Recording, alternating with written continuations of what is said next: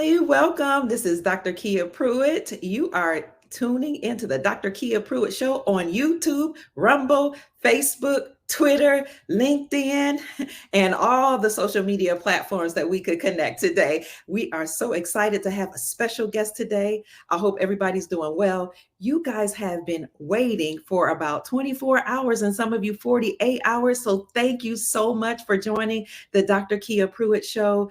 Greetings, royals, greetings, beloved, grand rising, joyous rising, good evening, good afternoon, good night. I see you all checking in from all over. I see Pennsylvania in the house. Hello, Linda. I see, who's that? Canada in the house. Upstate New York, Lake Milton, Ohio. Hi, Brother Jamie or Sister Jamie. DJ Johnson is here. Yes, I was running a little late, but thank God I got everything together. Hello from who is that? Beautiful state of New Hampshire. Greetings. It's so good to see everybody here. Check on in. We have over 200 people in the chat waiting to hear from this amazing guest. So I'm taking my time. Bring your notebooks, get your pencils, get your pads. This is a phenomenal speaker. He has a PhD in jurisprudence. So you know the man knows law, not just law as it had been with admiralty law, but law according to the Republic. So he's also an artist. And I'm going to tell you, just read a little bit about his bio, and then we're going to bring him on. I am so excited to have this amazing gentleman who's been telling us that all this stuff was going to happen, that the old system and the old guard was crashing, but a lot of people didn't believe him. Now he's here and we see it happening. He's also going to talk about the 5 pillars of our law. The 5 pillars of the Moors, they say, and how this is applicable to what's going on. So let me just read a little bit of his bio as you all check in and say hello. Get your pencils, your papers, your water, a glass of wine if you indulge a little bit, darlings. Some tea, some coffee. Mama Kia has her water. And be ready to go, because we're moving into a new era, a golden era, the age of Aquarius, and a time of our sovereignty, peace, prosperity, and freedom. So we're going to have Aseer, the Duke of Tears, Aseer Cordoba Bay. He is a multimedia artist, a natural historian, a published author and writer with a PhD in jurisprudence, and astrologer, born Prince Charles E.L. Rogers L. Aseer started doing art at the age of 4. He began taking part in classes at the Brooklyn Museum at age 7. Around the age of 10, he began print modeling, and at the same year, he drew his first full comic book. He attended art and design high school, where he studied many techniques, but he didn't graduate. Instead, he got his GED and he went into business for himself. He went later on to get his education, formal education. He started Morally Correct Mediums, a subsidiary of his father's publicity company called Rogers Artist Media. He worked on logos and bios for many groups like Eric B. and Rakim, Dougie Fresh, Dead President. Y'all know who these are if you are really into hip hop, right? And a myriad of other musicians. Aseer worked as a contributing writer for The Source magazine, where he wrote articles under the name Destiny, Destiny. One of his most famous articles was called Booster Shots, which achieved critical acclaim. After gaining knowledge of self by 1997 through 1998, he traveled abroad exhibiting his artwork at galleries while studying jurisprudence. Wow. After returning to Brooklyn, he went to work as an after-school teacher for New York State Board of Education, the MAP program, and Catholic Charities. Aseer taught Moorish science and history at community centers and various colleges such as LIU and Prince George County Community College. He's a regular speaker at high schools in New York and Miami, Florida. Aseer became a member of the MST of A and was appointed a Sheik. Wow. He began an intense study of history and had a major breakthrough around 1998. In 2003, he was anointed the Duke of Tears by an Ashanti priestess empress, Nekengwe King, PBUH. Aseer then embarked on the groundbreaking podcast called Super Heru, Heru Radio on Blog Talk Radio, and it lasted for 7 years. A multi-talented artist, Aseer and Selena, his wife, recorded 2 albums. I think it's his wife. Let's just say Aseer and Selena recorded 2 albums under the name Team Cordoba Aseer, and also wrote a beautiful comic book called The Dark Skull 418, and you can purchase that on Amazon. This book had, at the time of this publication, sold over 50,000 ebooks and received a 5-star rating on Amazon. It's still at a 5-star rating. I looked it up. Aseer is currently working on various projects to uplift fallen humanity. Doesn't that sound like what we do over here? While raising his family and promoting Moorish cultural existence as a viable lifestyle. Now, family, without any further ado, please allow me to welcome Aseer, the Duke of Tears. Welcome. Peace, sister. How are you? Thank you for having me. You're welcome. I appreciate it. Peace, everybody that's tuning in. I really appreciate you having me. Yes, sir. It is my pleasure. Now, can you first tell me what Aseer, the Duke of Tears mean? We have almost 500 people in the chat. Like the video, subscribe to the channel.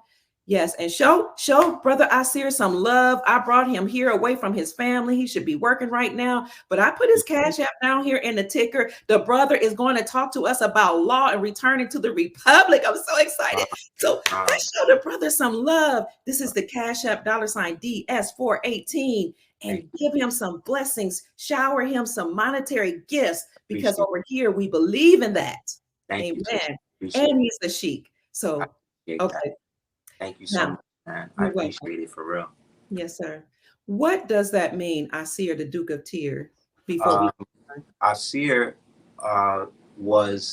there's a chapter in the Bible, Samuel 9:9, that says before time, the prophets of old were called Aseers. So that's where that comes from. And then the Duke of Tears, Dukal. The term Duke comes from the old Moorish term Dukal, which means like an appointed wazir, or someone in charge of a royal house. And then Tears, from what Empress Nkweke told me, bless the dead, represented different levels. Like Tears represents levels. Okay. So when she said you're the Duke of Tears, she basically said that, because I study so many things, I understand a lot of different levels of society. So she wanted to kind of encapsulate it all in one turn, or title, I should say. So it kind of stuck from there, Yes, sir. And people want me to make sure I acknowledge that you are also a husband and father. Yes, indeed. Yes, indeed. I couldn't do it. I've been married to my queen for it'll be my son is 25. It'll be about 26, 27 years. Wow. So I'm blessed in that regard. I wouldn't be able to do what I did, or what I'm able to do, without her. Yes. As well as, my children. My eldest is 25. My daughter, she's 23 right now. And then my youngest, Amor, he's going to be 16 in August. So it's just wow how fast time moves into the future, Yes, sir. But I'm blessed to be able to still have them here and be able to be in their lives. And, I just give thanks as much as possible, because our families have been so attacked, mine included, over the years, not just by the powers that be, but people that look like us, Yes. So we definitely want to give respect and honors to the traditional so-called nuclear family, because that's what's really under attack right now, regardless to what color you are. You know what I mean? Yes, sir. A man and a woman who know your role as a man and woman, who is striving to rear your heirs as much as possible. You definitely are, an enemy, technically an enemy of the deep state. You know what I mean? Yes, sir. So Aseer, the reason why I asked, what is the proper title for you? I don't want to just call you by your first name. You can just say Aseer, it's fine. Okay. Aseer, and you've been on the show before. And I met your lovely wife. So Indeed. I feel very honored to have you. Before we came online, and the reason why I called you to come on the show, we talked a little bit about this, and I want you to explain to the family what's going on behind the scenes and in front of the scenes with, all these governments overturning of, monumental cases. Mhm. Um, I think the latest two rulings by the Supreme Court was one that granted President Trump was granted immunity, I Right. believe, and the second one, I hear some noise. I don't know if that's You my. hear that, right? Yeah, I heard that. As soon as you started. Let me see. Okay, it's good now. Okay. So yes, the President Trump being granted immunity. I hear it. Yeah, right when you start talking. I noticed that. You know how they be doing. I don't I know. do. I'll stop in a minute to let you talk. Hmm. And then the second one, the Supreme Court overturning the Chevron case, Right. the Chevron deference, and saying that all these federal agencies are creating their own laws. Hmm. We're not supposed to be doing that, and that whenever we would challenge them, the judges would defer back to these agencies and say, "Well, they're the experts; they can create their own laws." Well, the Right. Supreme Court said that is unconstitutional. That's right. All this stuff is going on right now, but I want you to please explain to us what that means for us. Is it really the public restored? I don't know. You tell me from your standpoint, having a PhD in jurisprudence and studying and overstanding and understanding Moorish law. What's happening? Hmm. Um, it's definitely something to kind of look at in kind of like a bird's eye view, because it's like a lot of moving parts happening at the same time. And essentially the America itself, right, and the so-called American citizens, who are those who are here by birth, you know what I'm saying, and declaration, are not is a constitutional republic. Okay. And the only type of governmental structure that is guaranteed by that constitution is that of a republican form of government. Hmm. A republican form of government, or this form of government, came out of many years of the consolidation of different foreign powers that were jockeying for a position of a primary dominance in what we would call the North Central and South American old empire. You know what I mean? Yes. The very term America can be traced back to not to Amerigo Vespucci, but Hmm. thousands of years before him. In comes to us from the old Berbic Libyan, so-called Latin, as they say, term Amaruca, right, which is old, as they say, Moorish dialectical inference to represent the extreme west, which basically means everything west of what they refer to now today as Morocco over there, all the way over here would represent what's called the Al-Maghreb al-Aqsa, which means the Morocco of the farthest west, or what we call the empire. Okay. And the way that we did things over here wound up consolidating into the fracturing of that empire into separate states, into confederacies, and from those confederacies into states. So we went from empires, kingdoms, and dominions into nations, countries, and states. And then that consolidation or that contraction led to things like the Articles of Confederation, the Articles of Association, the Bill of Rights, which then led to the preamble to the seventh article, which then led to the greater so-called Constitution, from the seventh article to the 13th and 14th Amendment eventually, and then eventually all the way up to the 25th and the Supremacy Clause. So the our contribution to the country had was not in dispute. You know what I mean? It only came in dispute after the coup d'etat happened in 1871 with this thing called the Act of Congress, which led, unfortunately, into after the Reconstructional period, which they lined it all up, and then by the Act of Congress in 1871, by then taking the whole country and putting the country under the jurisdiction of Rome, which today we call Washington, D.C., because prior to it being called Washington, D.C., it was referred to as Rome, because that's essentially what it was. People can look that up.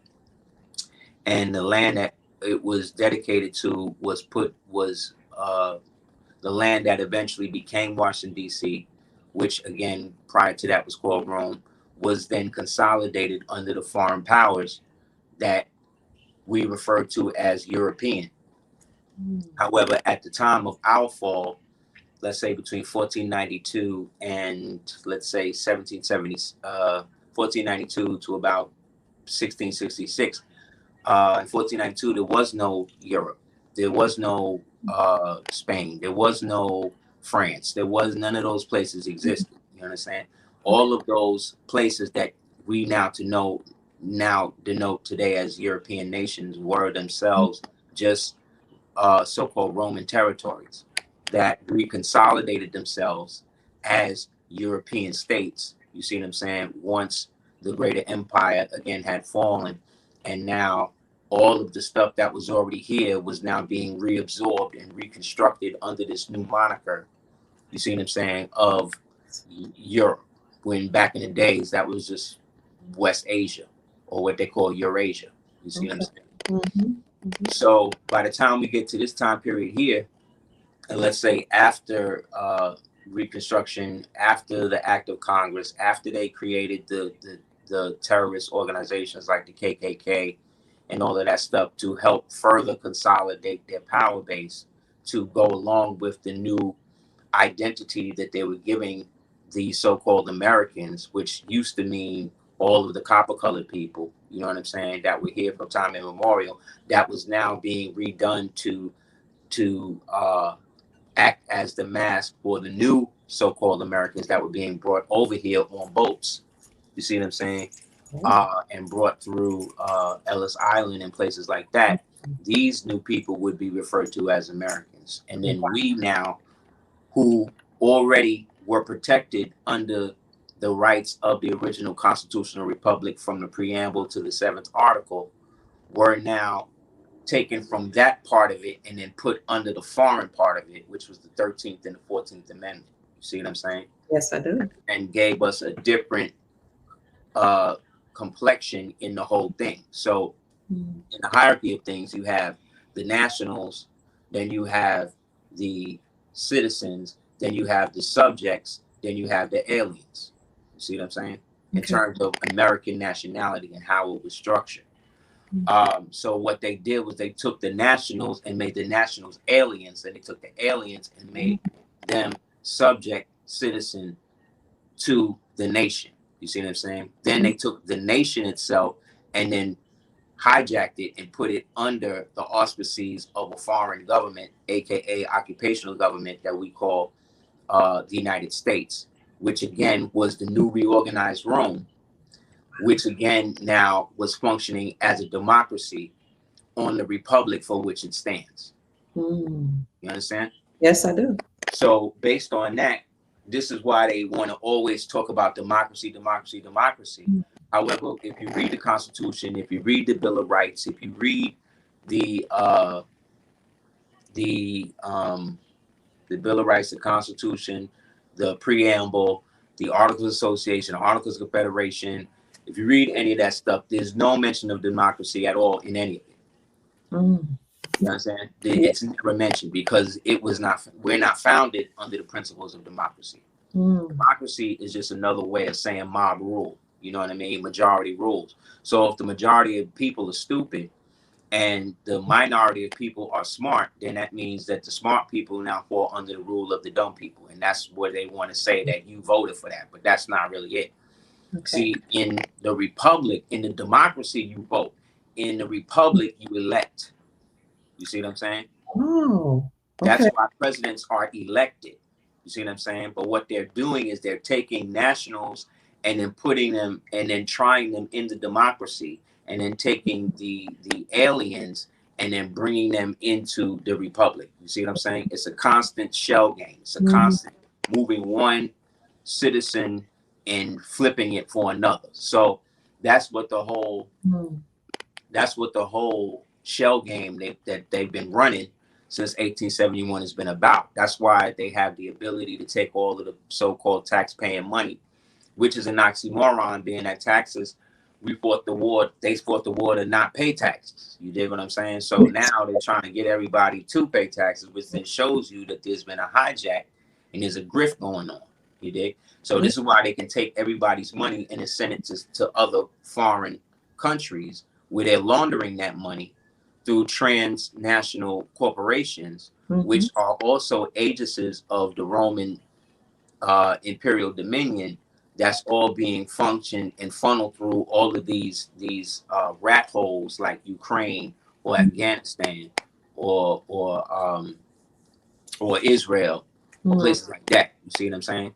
Yes. So that's really the issue, and why they don't want anybody who's functioning from a Republican form of view, not a Republican Party, which again was founded by the original man and woman here in America. Because if you ask yourself, like, how is it that in 1864, according to their history, all of these original men, so-called melanated men, so-called black slaves, were slaves, and then the next year in 1865, they are now all free, and now they all have a Republican Party that know how to vote and write laws and do legislation and all this other stuff. Like, how they do that in a year? Like, that don't make sense. How is it that the country is how is it you've been in bondage for 400 years, but the country's only 225 years old? Like, how is it that Morocco over there didn't become Morocco until 1956, but then we got a treaty with the Empire of Morocco from 1787. Where's Morocco between 1787 and 1956? Like, you know what I'm saying? So because they can never answer none of these questions, they want to keep us wrapped up in the racial grift and the colorable law system, in which we have to be colors in order for it to quantify our worth. See what I'm saying? So that's really what the issue is. All of this is functioning under colorable law. But because of things like the Chevron deference being overturned and things like that, all of that's coming to an end. So they got to now move the goalposts back further and then create something else for people to be scared of, you know? Such as what is this thing? Proposal 2025. That's the new boogeyman that they're giving to the original man and original woman in America to make them think that, and not just them, all of the other people who have been given United States citizenship. Because that's the thing, like, to be a United States citizen, you can't be an American national.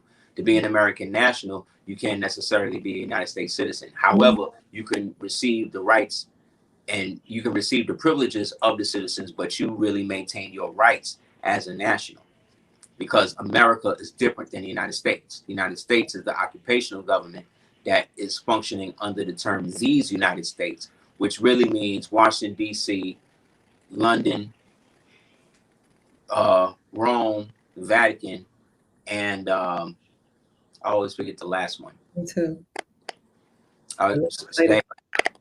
DC. Yeah, it's Rome, it's Washington, Rome, Vatican, and I want to say Israel, but it might be somebody else. And that's really what these United States is.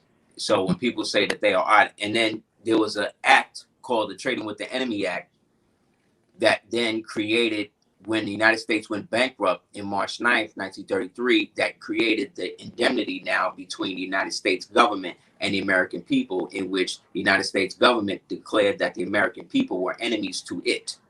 And thus now they can function, they can control them under Trading with the Enemy Act because of the bankruptcy. The bankruptcy basically said that all of the rule that they had was over, right?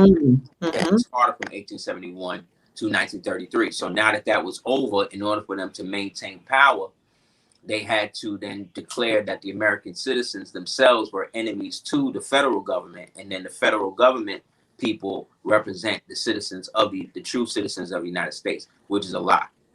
Mm. So that's why they basically created military jurisdictions over the American states. So that way they could create agencies, and those agencies would create a fourth state, which would be the bureaucratic state, that they could then create their own laws and then rule over the organic or the real republic states under this military jurisdiction that was handed out through zip codes and all this other crap. Wow. So you had mentioned earlier about people coming over from on a boat. Are you referring to the people that came over from Europe, or are you talking about so-called Africans that came from Africa? We was already here. So the only Africans that came over here came over within the 13th century, and that was our they were a part of the old empire. These are Abu Bakari and them people that came over in the 13th century to help us against the invasion of the Tartarian or the Tartarian peoples that was coming from East Asia by way of what today now we call Alaska through the Russian part.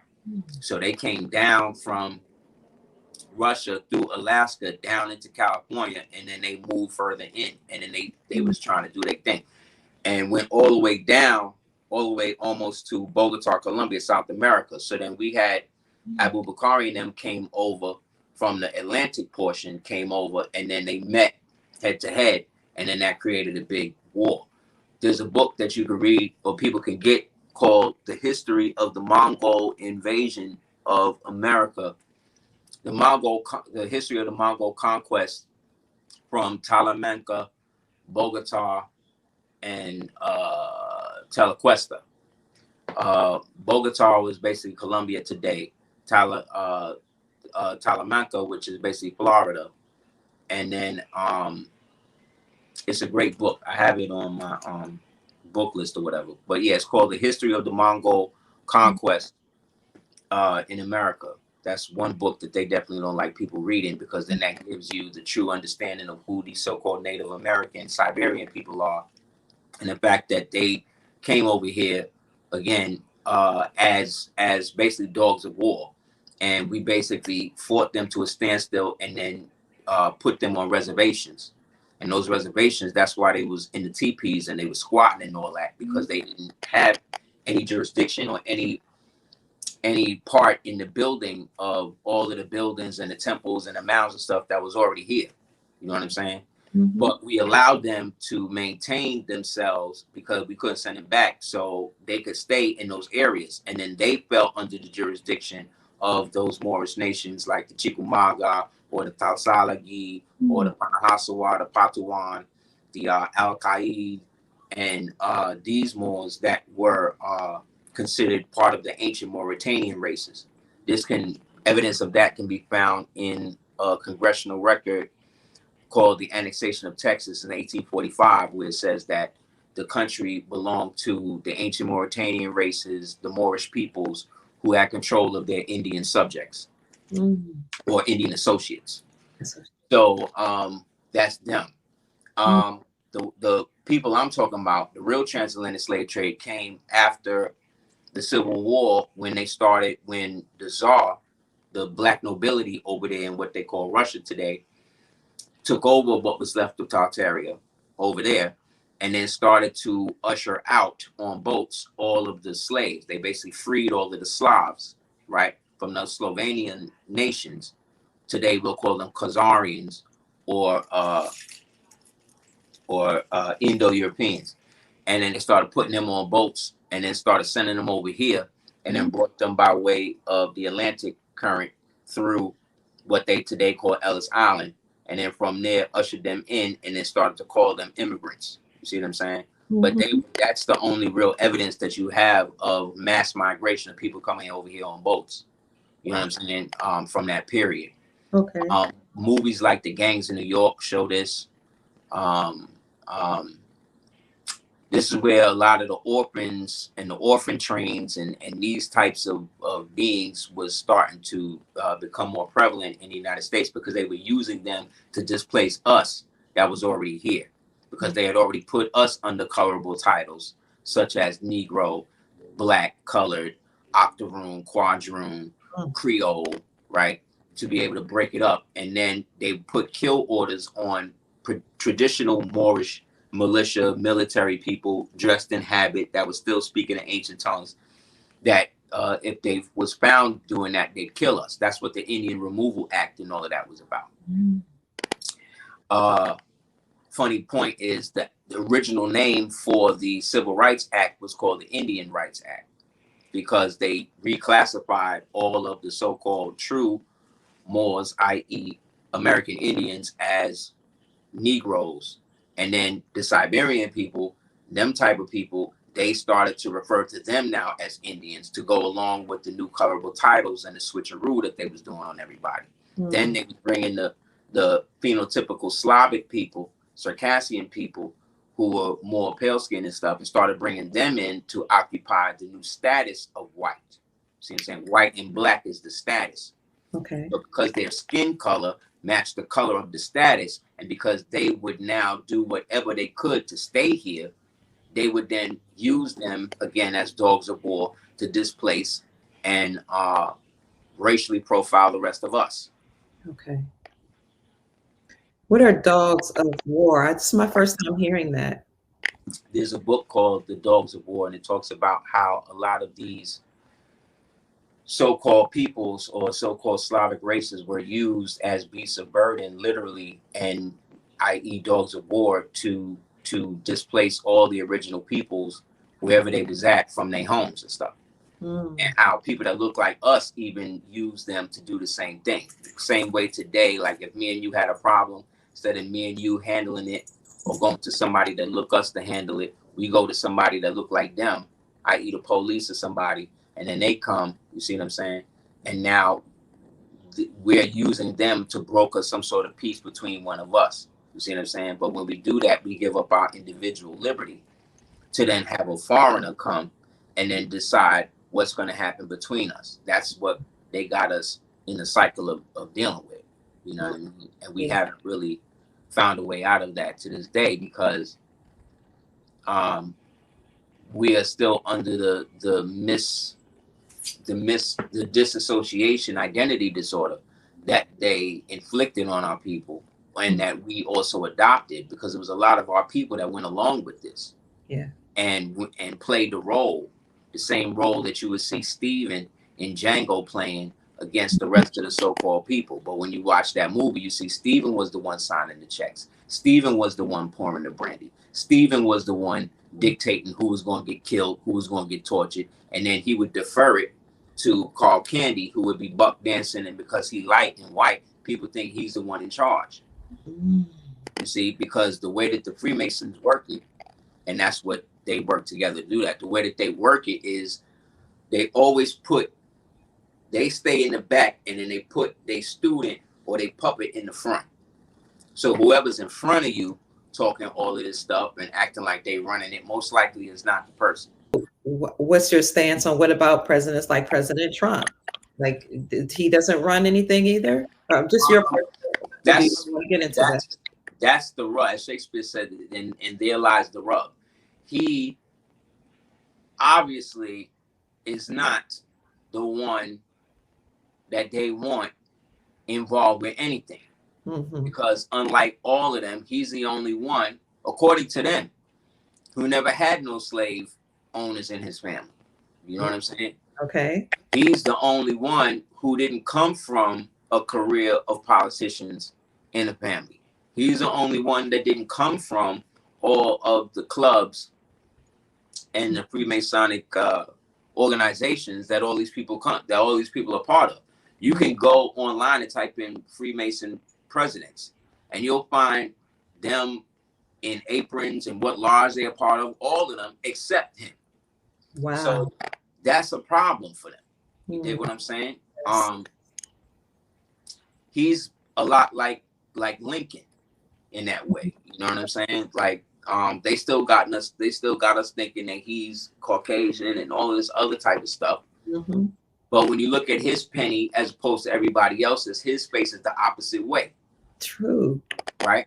There's a book you can get on him called Hidden Lincoln, where he gives an accurate account of what he himself looked like at the time. And it is not the person that they showing us. in all of the TV shows and the pictures and all of that stuff. Because remember, all of these things were reconstructed. All of these people that we think was Caucasian and stuff like that, who had power and stuff, most of them wasn't.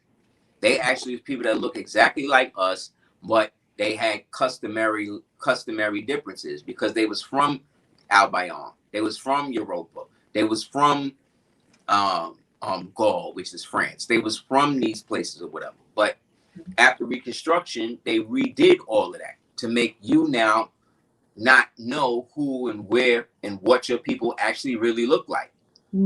So that way, when you read about stuff in history like the Etruscans or the Minoans or the Phoenicians and these type of things, you always think it's Caucasian people. But these is your own people. These are your ancient people who they group in terms, like I said, under terms like the ancient Mauritanian races and things like that. And you don't know. You just think that. But also because Hollywood created movies where they had all of these people looking like that. So that way today, you could say that Cleopatra and all these people was melanated, and people would be like, no, that can't be true. But then Egypt is Africa, right? But then at the same time, you could say, oh, but King James and George and Napoleon, all these people was melanated. They'd be like, nah, that's not true. But they in Europe. So you could have white people in Europe, but you can't, and white people in hot ass Africa, but you can't have original people in Europe. But then the oldest people in Europa, they all come from a people called the Grimaldi. And those Grimaldi people, whether it be the Grimaldi or the Kennewick man or the Peking man or the Guadalupe woman, all of these names for melanated ancient people from these places. Yet we have to go by the modern term of it and the modern aspect of it. So now we can't so now we say that what these people originally were, we look like we're crazy. We're trying to blackwash history and all of that, but it's actually was always like that. They just reversed it. And they created a school system that was paid and bought and paid for by people like Rockefeller to conceal and flip all of this. They created what they call Moors Indian charity schools. They created Indian seminary schools to bag up all of these Siberians and then make them believe whatever their culture was and all that. It was an operation. Because most of these people during the turn of the century and all of that, all of their parents had been killed and locked up in these ancient castles and stuff that they repurposed as insane asylums or orphanages and stuff like that. And then, I mean, at one point you could buy white children in the mail. They would put them in boxes and shit and mail them to your house. Like, this is facts. Crazy. Yeah, get a book called The Orphan Trains, and it talks all about this stuff. And they don't know where these people's parents were. At one point, all of the children during the beginning of the Industrial Revolution, as they call it, all of those factories was being ran by these little orphan Cabbage Patch children. A lot of the labor riots and stuff was actually fought by children, like the Little Rascals, children like that was actually running the foundries, running the coal mines. This is what they was doing to their own people.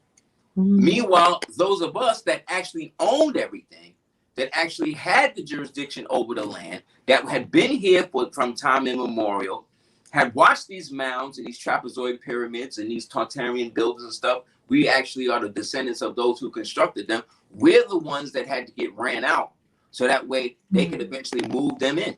You see what I'm saying? Yes. And then we then get dejected to the point so that way they can make the aliens the nationals, and then take the nationality from the aliens and then make them subject citizens. I see. And they've been playing the shell game against us ever since.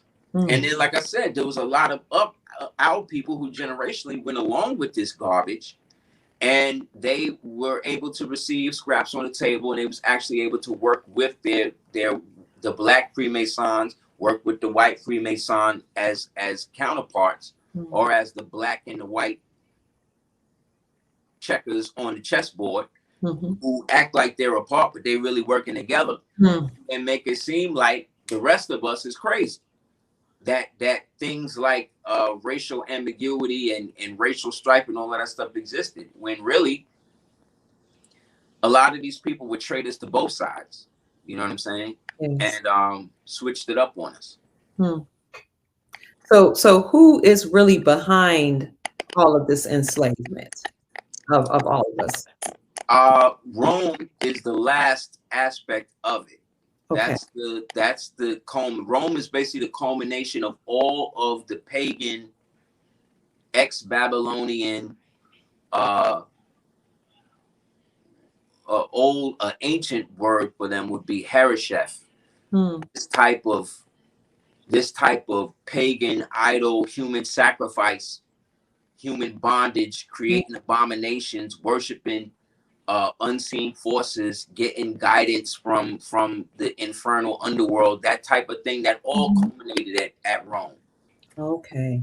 And thus all of the so-called papal bloodlines, whether it be the Orsini, the Aldobrani, the Breakspears, it's another one.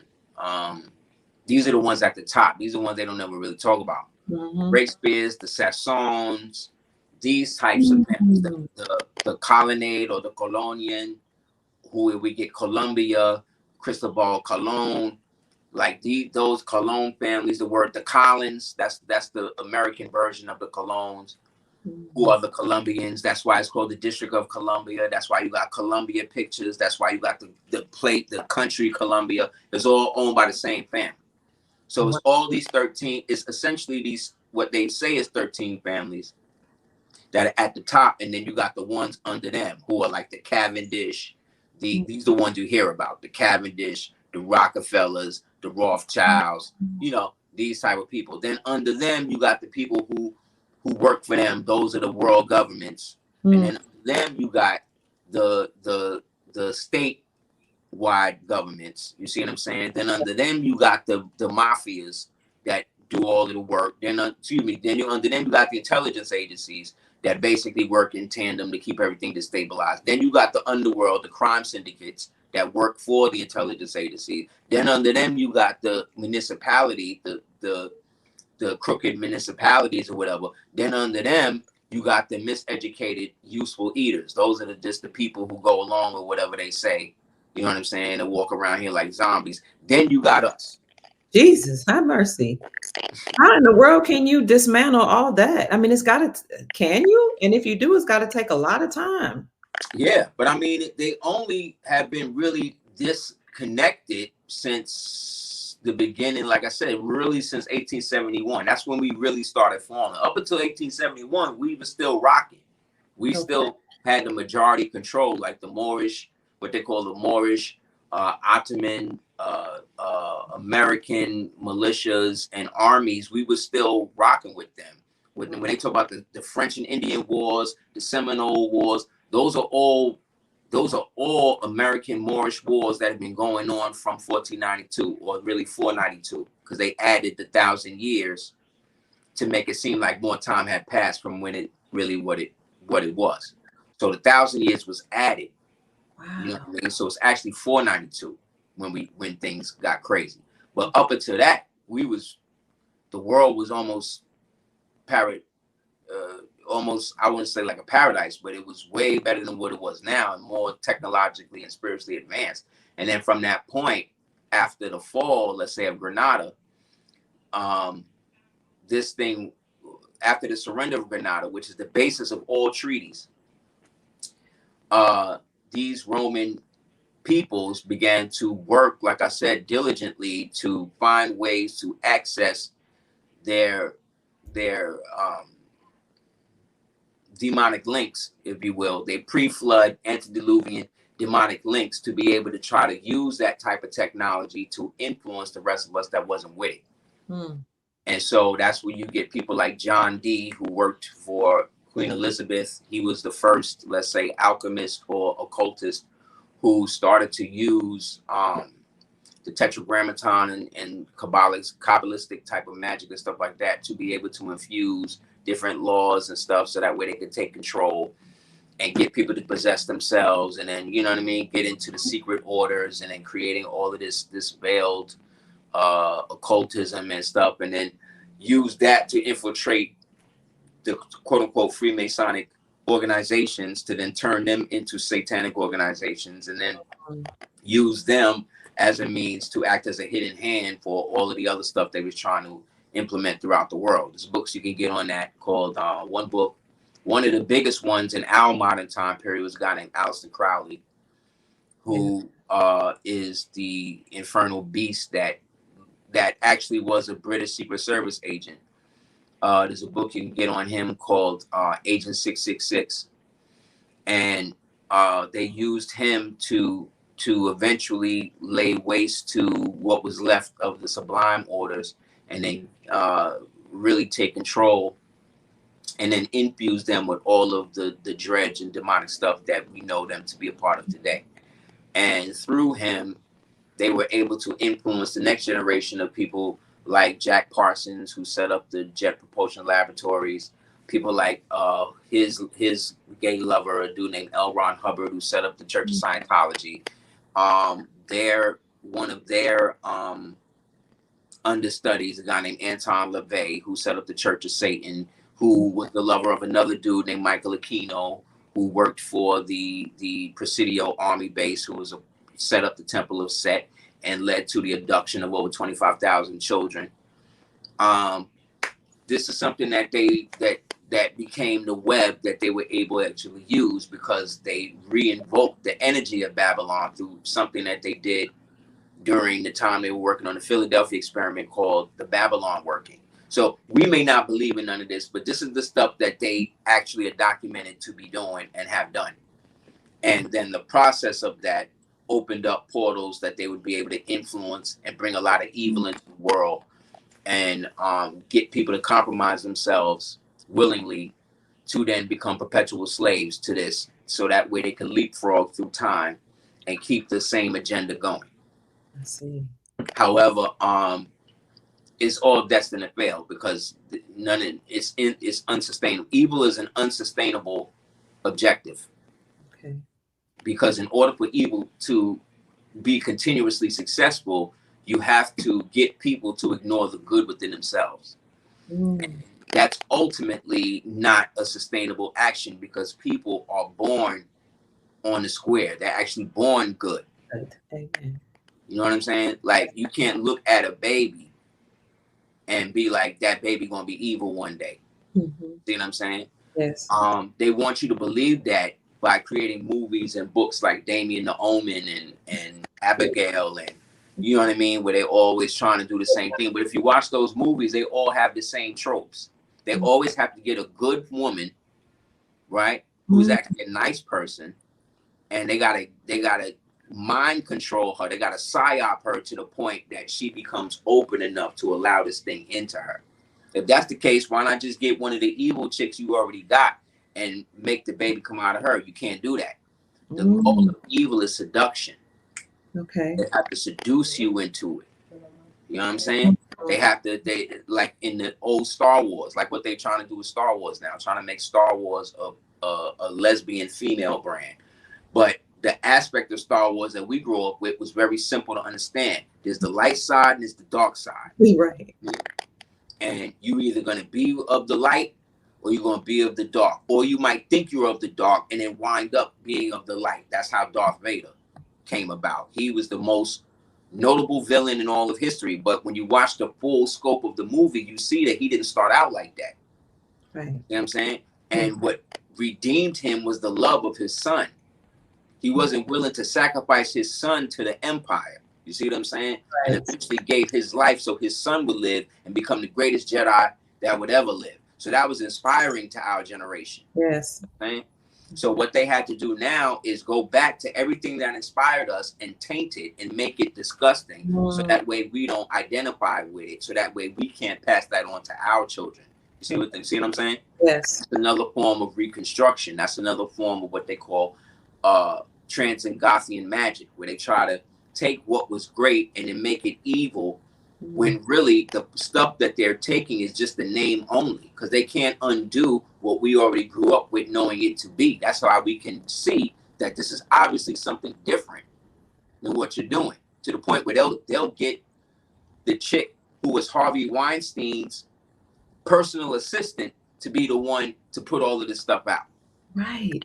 So she was the one that was actually wrangling the girls for him, that was aware of all of the sexual abuse and all of that, and yet still he go down and then she get promoted to do Star Wars. What type of world is that?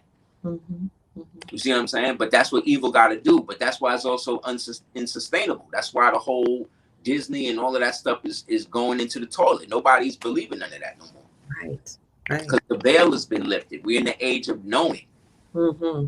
That's why they're so scared of the Chevron deference, which really is what it started out was that it started in 1984. Okay. Right, which is funny because when you read the book 1984 by George Orwell, you know, so in 84 a case came up where a government agency basically won the right to create its own experts to be able to justify any aspect of ambiguous law that they could attest to, and then made it that way, so that way up until then any type of ambiguous law that was out there could not be interpreted by anybody outside of the legislative branch. Okay. You see what I'm saying? That's why it's set up. So Congress make the law, the legislative branch enforce the law, Supreme Court interpret the law. So they bypassed all of that. And then what that did was create the bureaucratic state. You see what I'm saying? Which again is the quote unquote forever Washington, quote unquote, deep state. And now that they had their own ways to do that, create their own laws, they could then employ their own experts. So what CIA started to do was go into colleges and then start to recruit different people from different forms of educational disciplines, and then employ them as experts to help go along and help them justify all of the BS they're supposed to do in the mainland. Because remember, CIA is not supposed to be able to operate on the mainland. That's against their mandate. But they found a workaround with that by being able to use the Chevron deference to be able to use stooges to be able to put forth what they wanted to put forth. And then once CIA started doing that, then FBI started doing that. Then the CDC started doing that. Then start doing that. The EPA started doing that, right? Then all of these different agencies create their own bureaucracies and then pay for their own experts, and then even start swapping experts between each other to then start milking money out of us. Right? Creating erroneous statutes and laws that aren't even statutes and laws. So when everybody brought it up and said, well, this can't be right, the judge or whatever, they would always cite Chevron and say, well, we have to go with what the experts say. It's against the law. That goes against the Constitution. Okay. Which says that each person has to be able to meet the to meet who's accusing them. You know what I mean? And you have the right not to incriminate yourself and stuff like that. So that went against all of that. They were able to get away with doing all that. That's how they was able to flip COVID on everybody. That's why they was able to flip the mandate. They just got a expert. Who was the expert? Fauci. See what I'm saying? Fauci. This is what they did with Fauci. They used him. This is third time they used him. They used him for the AIDS thing, right? They was coming up with the AZT and all of that, and it wasn't approved by the FDA and all of that, right? To actually be able to use, the AZT was actually killing people, but they brought him in as an expert to say it wasn't killing people. See what I'm saying? The next thing you know, it's being used and now it's killing more people. You know what I mean? To the point where they done found out, they made it in the lab, they did all of that, and still they were able to use the expert that they created, that they paid for, to then manipulate the people. And then they dusted him off after all of that. Because remember, back in the days when the AIDS thing was happening, they were using that as the fuel to basically radicalize the gay and the LGBTQ people or whatever for the time that we in now. So that way, once Obama got in, and then he was there to be the first gay president to be able to push the LGBT and the trans rights and all of that, that then created another subdivision of fake experts that they could come out and say, hey, these are the trans experts that say it's okay for you to cut this little boy's penis off or get this little girl to cut her breasts off and stuff like that as a form of gender care. There's no such thing as gender care. You can't care for somebody based on their gender. You can only like certain chemicals that exist within the female body don't exist in the male body. That's just science. That's just God. That's just how things are. However, they believe that you can change, if you change your mind about something, you see what I'm saying? Then they can use your mind changing as a means to change your physiology. And that is a form of gender dysphoria. So this is the first time in history in which they've used a so-called medical illness as the precursor or the prerequisite to be able to go along with terminally invasive surgeries. Right? All because they got experts that come out and say that you can do this, even though they have no expertise in doing it. Right. Right. You understand? Yes, sir. And because they radicalize these people and they're using their mental illness as means of control over them, they have created a dependent medical state. You see what I'm saying? Because once you do that, like when you get breast implants, they don't tell you. Most people think, or most women think, that once you get the breast implants, you get the implants, you're good. No, you got to swap them things out like every 5-6 years. So by the time they start healing, it's time for you to take those out, put new ones in. You see what I'm saying? And now you created a medical dependent person for the rest of their life. You see what I'm saying? Because these pharmaceutical companies and all of them created their own experts. You see what I'm saying? Because they're all paid for by the same three companies: BlackRock, Vanguard, State Street. BlackRock, Vanguard, State Street. And they're all under something called Hibera or Hifera, right? And so these three agencies, which are taking regular people's money to do all of this, people's pension funds and stuff, they have created a monopoly where they are the three main board carriers of every major corporation in the United States, corporation itself. So that's a monopoly. That's supposed to be against the law. That's trading with the enemy. BlackRock just last month or 2 months ago just got revealed that they've been funding 61 companies on the blacklist that are in China. So they are literally trading with the enemy of the United States right now. Wow. But they not being tried for treason. Why not? You see what I'm saying? Because they are all a part of the WEF, which is another version of which is a foreign version of the CFR, which is the Council of Foreign Relations. See what I'm saying? All of these fake bureaucratic foundational agencies that were created after the Chevron deference. All of this came from that. There's another version of the Chevron deference called the Skidmore deference. Okay. What Skidmore deference does is it makes it so that way it gives more power to the federal judicial system, in which they choose who is the real expert as opposed to the agency. So that's actually a little better. The thing is, the people think that all agencies in the government is corrupt. They are only that way because they're peopled by corrupt people. But the element of what we established it on is still pristine. It still works for the people if the people can get in there to work it. So because we in the melanated community grew up under the whole slave grift, the racial slave grift of us all, being slaves from Africa, and that, we'll never have no power, and that the white man is always the one in control, and no matter what happens, we always going to be killed by police and all that. All of that stuff was imposed on us between 1973 and 1984. Whereas the opposite happened from 1948 to 1973 was the highest point of what you would call a golden age of American entrepreneurialism and money. Back then, you could have one job and have like 2 houses. Wow. Now you could have 2 jobs and can't have 1 house. Even afford one. You see what I'm saying?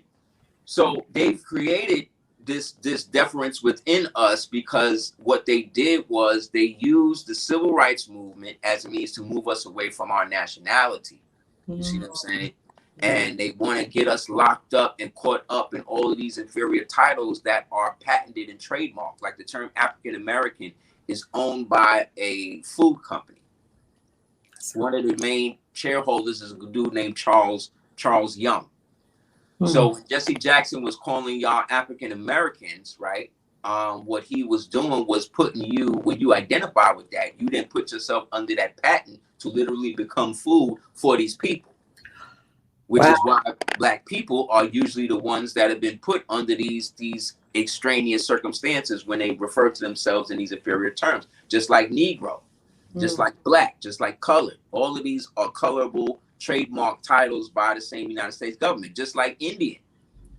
You know what I'm saying? The Indian Act said that no so-called Indian nation had the right to be seen as a nation anymore. They all had to be seen as individuals. So you could act like, because you're calling yourself an American Indian or a wild Indian or whatever type of Indian, you just saying that you might as well just call yourself a nigga or a Negro. It's the same thing.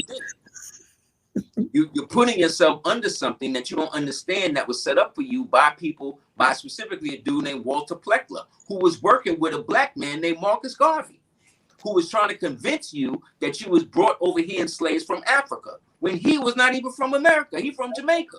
You know what I'm saying? He from Jamaica working with a white man. So that way, once you decided, okay, I'm African, I'm not from here, let me go to Africa, Walter Pleckler then writes you, okay, he's an African now. Now we can move one of these Siberians into the slot.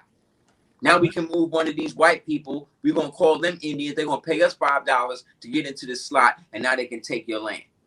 Oh, well, the reason why you got a name like Johnson or Smith or Barrington or whatever is because the white man, that's a slave name. No, that's the name that the slaves adopted. You see what I'm saying? Once they got here and they boxed you off your land.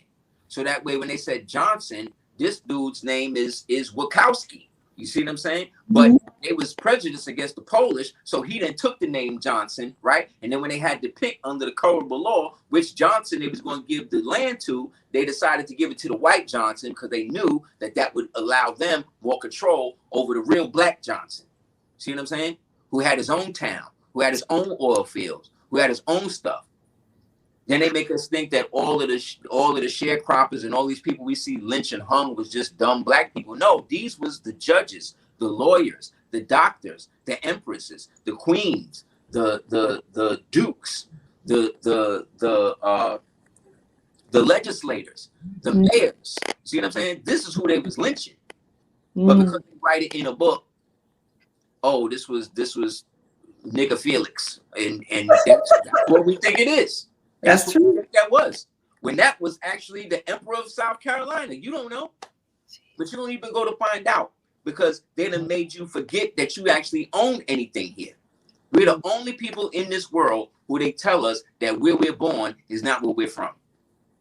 That don't make sense. They don't ever go to no dark-skinned Indian people or Dravidian people and say, you know what, you really from Africa? You need to go back to Africa and do that. They don't go to no dark Malaysian people and say, you know, you're not really from Malaysia, you're really from Africa, you should go back to Africa. The only people who do that is our own people here. And this is because of the miseducation. Alex, roots never happened.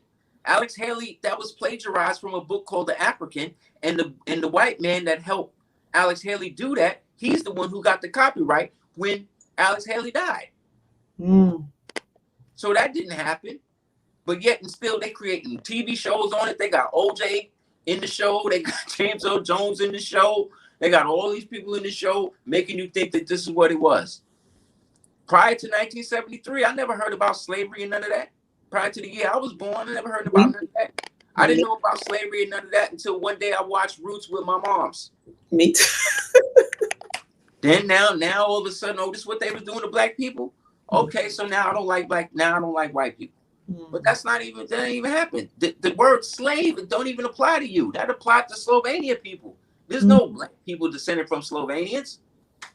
To this day, that's not even your title. So how can you be something that you never was? It only works because these racial grifters want us to be down with it. They want us to do it. Michael, excuse me, see, I'm about to call him Martin. Michael Luther King himself, because that was his name, Michael. Michael said himself, the original black man is languishing in exile in the land of his birth. He was telling you. But because he was under the Freemasonic secret, he couldn't give it up. So now that we got a nationality, now you got people that look like me that's out here trying to get you to be an Indian again. You know what I'm saying? Like that worked out for anybody in history. Like, no, didn't work out. The only reason why they don't want us to identify with anything Moorish or Moorish history and stuff like that, because that's the one thing they can't copyright. They can't trademark that. That's freedom. That is actually a title that represents freedom, because we're the only ones who still got treaties, who still got amity powers, that still got estates all over the world under that designation. So they get their people that look like us to come on your platform, go on other people's platform, and talk down on people that's speaking about this by using the same old tropes of like, oh, well, the Moors, they enslaved black people, and the Moors, how we enslaved the black people, but then we brought enlightenment to the whole world. How we was doing both at the same time. Oh, well, the Moors, they wasn't here in America, all that. That's not what the congressional records say. That's not what Chief Tammany said. That's not what the Delaware Moors said.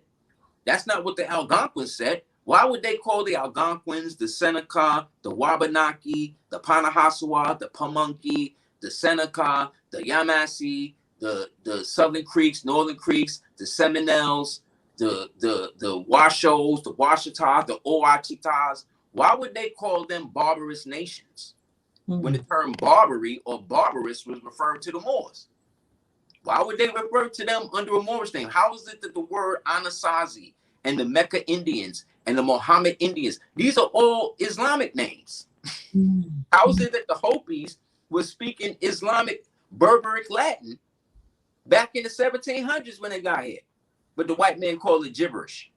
You know what I'm saying? How is it that they were doing it? How is it that they finding mosques over there in Mount Moriah, and the congressional records is referring to everything west of the Nueces and the Bravo rivers as ancient Mauritania or the old Moorish Republic? How is all of this? How does both exist at the same time? And again, the only people that ever give me pushback on that stuff is people that look like us. Because when I was coming up, they was acting like the Moors was white people. Wow. They was making the Moors white. So it took us at least from the time I started getting into it, which was what, 95? So between 95 and like 2003, they were still trying to say that the Moors was white. So we knocked that down, showed to prove how that was, and that the term white was actually they was referred to that because one of the biggest Moorish dynasties was called the Alawites, right? And they all wore the white turbans and the white stuff and all of that, dressing like Yehoshua or Yeshua Hawashai, right? He would be dressing like that. And then it went from that to, oh, well, the Moors was always enslaving and they was only having sex with white women. Yeah, some Moors was doing that, but not everybody. We all wasn't with that. That's what we went to war with each other for. And then the ones of us that lost, they decided they was going to convert and hook up with the black Romans and their white slaves, and then they both worked together to knock the rest of us out. So now today they say, oh, well, my grandmother never talked to us about Moors or this like that. Yes, she did, but she just didn't refer to it as that. You see what I'm saying? Because again, they had kill orders on us. They would kill us. They would kill you if you was wearing a fez with no writing on it and not a part of no Freemasonic order. They would kill you if they heard you speaking the Punic Latin. They would kill you if you was speaking the Hebrew and all of that. So a lot of the nations, like the Shinnecock and them, they would have what they call the Kitwa Society, or the False Face Society, or the Fire Keepers, who would keep the sacred pipes. And then they would be the ones in the chiefs that would pass on the oral traditions of the Moors, who were the real progenitors of the tribe when it was a nation.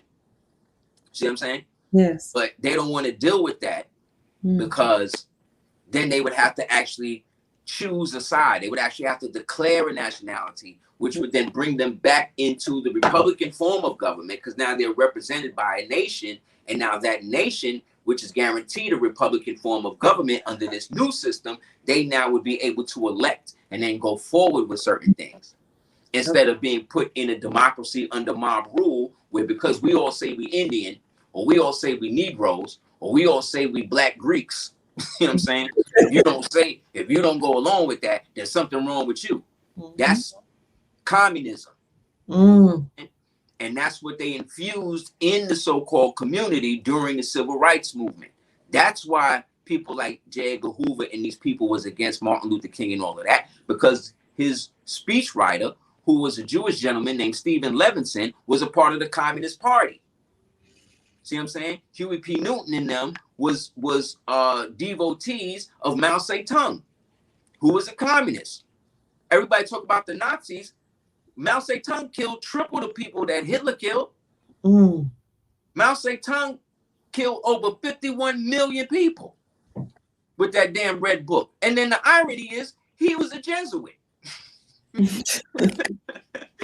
was a Jesuit, and the Rothschilds is the one who wrote the red book. You know what I'm saying? All of these dudes was Jesuits. All of these dudes was employed and funded by Rothschild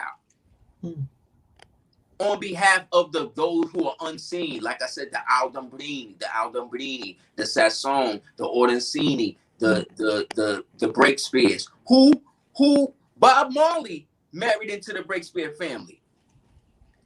Cindy Breakspear, Junior Gong's mother, she's part of them people. So the Marley clan, they all breaks. So he a part of that.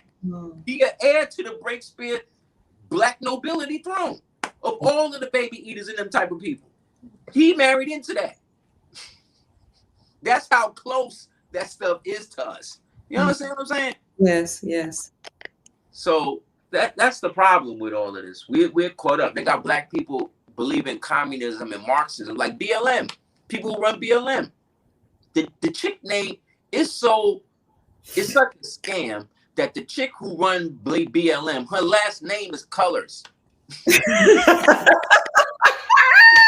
come on, man. You don't see how they playing in your face? They playing you. Yeah. They playing you, and they use the original woman for it because her ego, and that's a part of the Communist Manifesto. Secure the position of the woman. Make her go against the traditional family, and she will be the best pawn for us to fulfill our ultimate objective. The destruction of the traditional family. And that's what she said they want to do. She said, look, we are trained Marxists. But the irony is Karl Marx was a Black man. This is how crazy it is. Like, look at Karl Marx. What white man you know got a thick ass afro like that? This is what I'm saying. Like, they all, Marx was Black, Babe Ruth was Black, what's his name? Hoover was Black. All these things was passing. All of them passing, going along with it. Say, oh, look at those Negroes over there. Meanwhile, he got a fez in the closet. He hiding his dark grandmother.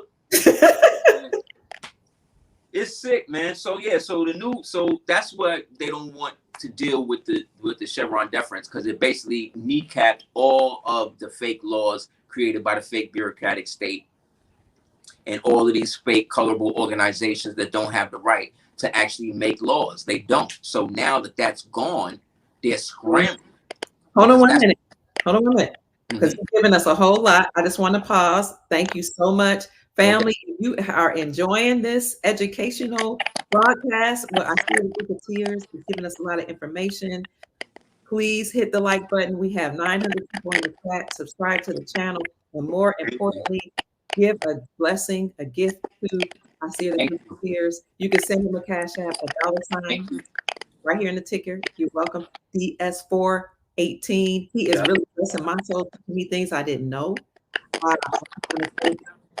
Blue Cake for the donation. God bless you. I'm not going to speak too much because every time I speak, something happens. You hear, right? You hear it. Keep playing. That's what I'm saying. They always playing games, man. They don't want us to know this. So please bless this man of God man of the Most High has given us this education. I'm going to ask you before we go back into the Chevron deference and why they're scared. I got this picture from Chief Mac. Who is this? See that in the back? Mm-hmm. That's Saint Corbinius. Okay. That Moor's name is Saint Corbinius. Whenever you see the when you see the Catholic cardinals and they all be in session and they have one of them little red fezzes, yes, those people are called Moors because they are occupying our seat. So they are playing us, literally. So the whole Vatican, before it was the Vatican in Rome is built, they call it that because it's built on Mount Vatica. Okay. Mount Vatica was the burial ground for the ancient Moors in that region who are today referred to as the Etruscans. Those Etruscans were connected to another group of Moorish peoples, ancient Moorish peoples, called the Levantines. And those Levantines and Etruscans were the precursors to the people today we call the Romans. Okay. And so they adopted what Rome had, they adopted from the peoples that was already there. So it's also called Vatican or Vatica because it's a vat. And you know, the vat is where you stir like a cauldron. That's also the symbolism in it. But the original Vatican was in a place called Freising, Bavaria. And those Moors up there were a part of an old Moorish group called the Holy Roman Empire, who they want you to believe was white people, but it wasn't. It was founded by two melanated people named Otto and Edith in about 967. And that was what they called the First Reich. Okay. The First Reich was the Holy Roman Empire. And one of the greatest priests they had or rulers they had was a dude named Corbinius or Saint Corbinius. And Saint Corbinius was also a doctor. So the reason why when you look at that crest that you see him, you see Saint Corbinius, then you see like a book bag, and then you see a bear, right? That story is the old story about Corbinius because he used to dispatch different medicines and stuff to different Moorish towns and stuff in what they call Hansa towns, right? Or house towns that existed in the old Holy Roman Empire. Okay. And so one day he had to pass over the mountain pass, which was like real high up in the Freising Mountains. The term freezing comes from Freising or Freising, which means cold. So as he was going over, the horse he was on got attacked by a bear. And so the people, this is the legend. So the people, after a couple of days, thought that he was dead, that the bear had killed him and all of that. Then they said on the seventh day, they had looked when the storm broke and he had come riding down on the town, riding the bear with the medicine. You see what I'm saying? Yeah. And then as he rode the bear down, the bear brought him to the edge of the town. He got off the bear and then he took the thing off, smacked the bear on the ass, and then let the bear go back into the mountains. And then from that point on, he had been seen as a saint because, you know, he had secured everything. So technically, they say he was like the first pope of Freising. So after that, reaching that level, over there, they had this thing called the Golden Bull, right? And the Golden Bull is where in Germania that all of the kings would be crowned under. And when you look up the Golden Bull in Germany, you'll see that it's a Moor's head, it's dark-skinned Moor's heads with the flute and the thing from St. Corbinius. So this Pope, Benedict, he is naming himself after Benedict the Moor, who is another saint of Rome, right? Because the whole Council of Nicaea, all of those was melanated people. They just happen to be of the Roman ilk. You see what I'm saying? So again, they whitewash everything. And they got us looking at it, but Constantine and all of that. This was all exposed by Putin the other day when he posted all of them pictures of those Moors in Russia. Because the Renaissance never made it to Russia. Because Russia was never down with none of that. going against the Moors and all of that type of stuff. They wasn't with the fall of Granada and all of that. Saint Peter, Peter the Great, Catherine, all of those was melanated people. There's a great book you can get on this called One World Tartarians. But what happened was the Russo princes, they overthrew a group, the ruling body of Moorish Tartarians that existed in that area called the Pugachev. And once they took them over, they adopted again all of their riches and stuff like that. And then basically set themselves up under the czarship, which ruled up until the slaying of Tsar Nicholas and the family, who was killed because he went along with Selassie and torpedoed the whole League of Nations, which is the first United Nations thing they were going to set up. Okay. So when they both declared they wasn't with that, that's when they tried to take both of them out.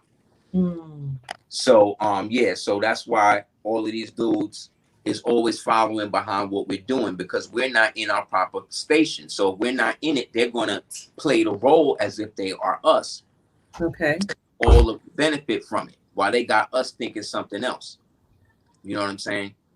So it's the same thing now with the new boogeyman they created, is the Proposal 2025 thing. Okay. Right? You got all the Democrats now, because they done lost the Chevron deference. They done lost the immunity thing. So now they got to come up. They look like they're going to lose the election. So they got to come up with something new to scare the Negroes with. So that's this new Proposal 2025 thing, which was created by a think tank called the Heritage Foundation. And the Heritage Foundation is comprised of a bunch of Christian nationalists. Not all of them is Caucasian. There are a lot of so-called black ones down with that. And they basically laid out a way in what they would like to see happen once the new Republican president comes in. However, that has nothing to do with Trump's campaign. He hasn't endorsed it. He hasn't done anything with it. He's not even talking about it like that. Other day he said something about it, but he said he ain't with it. He didn't even read it like that. But everybody that's scared about it and think that it's some cool shit, if you are not scared of it, you should go and read it yourself. Read the whole thing yourself. There's nothing in there that says that we're going to stop black people from going to school. We're going to put chains on black people's neck. Like, that's all they're talking about it. But none of that is in it. Basically, what it says is they want to reduce the size of government, which is a good thing, which is great to me. Yes. Also, this also shows you how many original people still are under the assumption that Caucasian people own the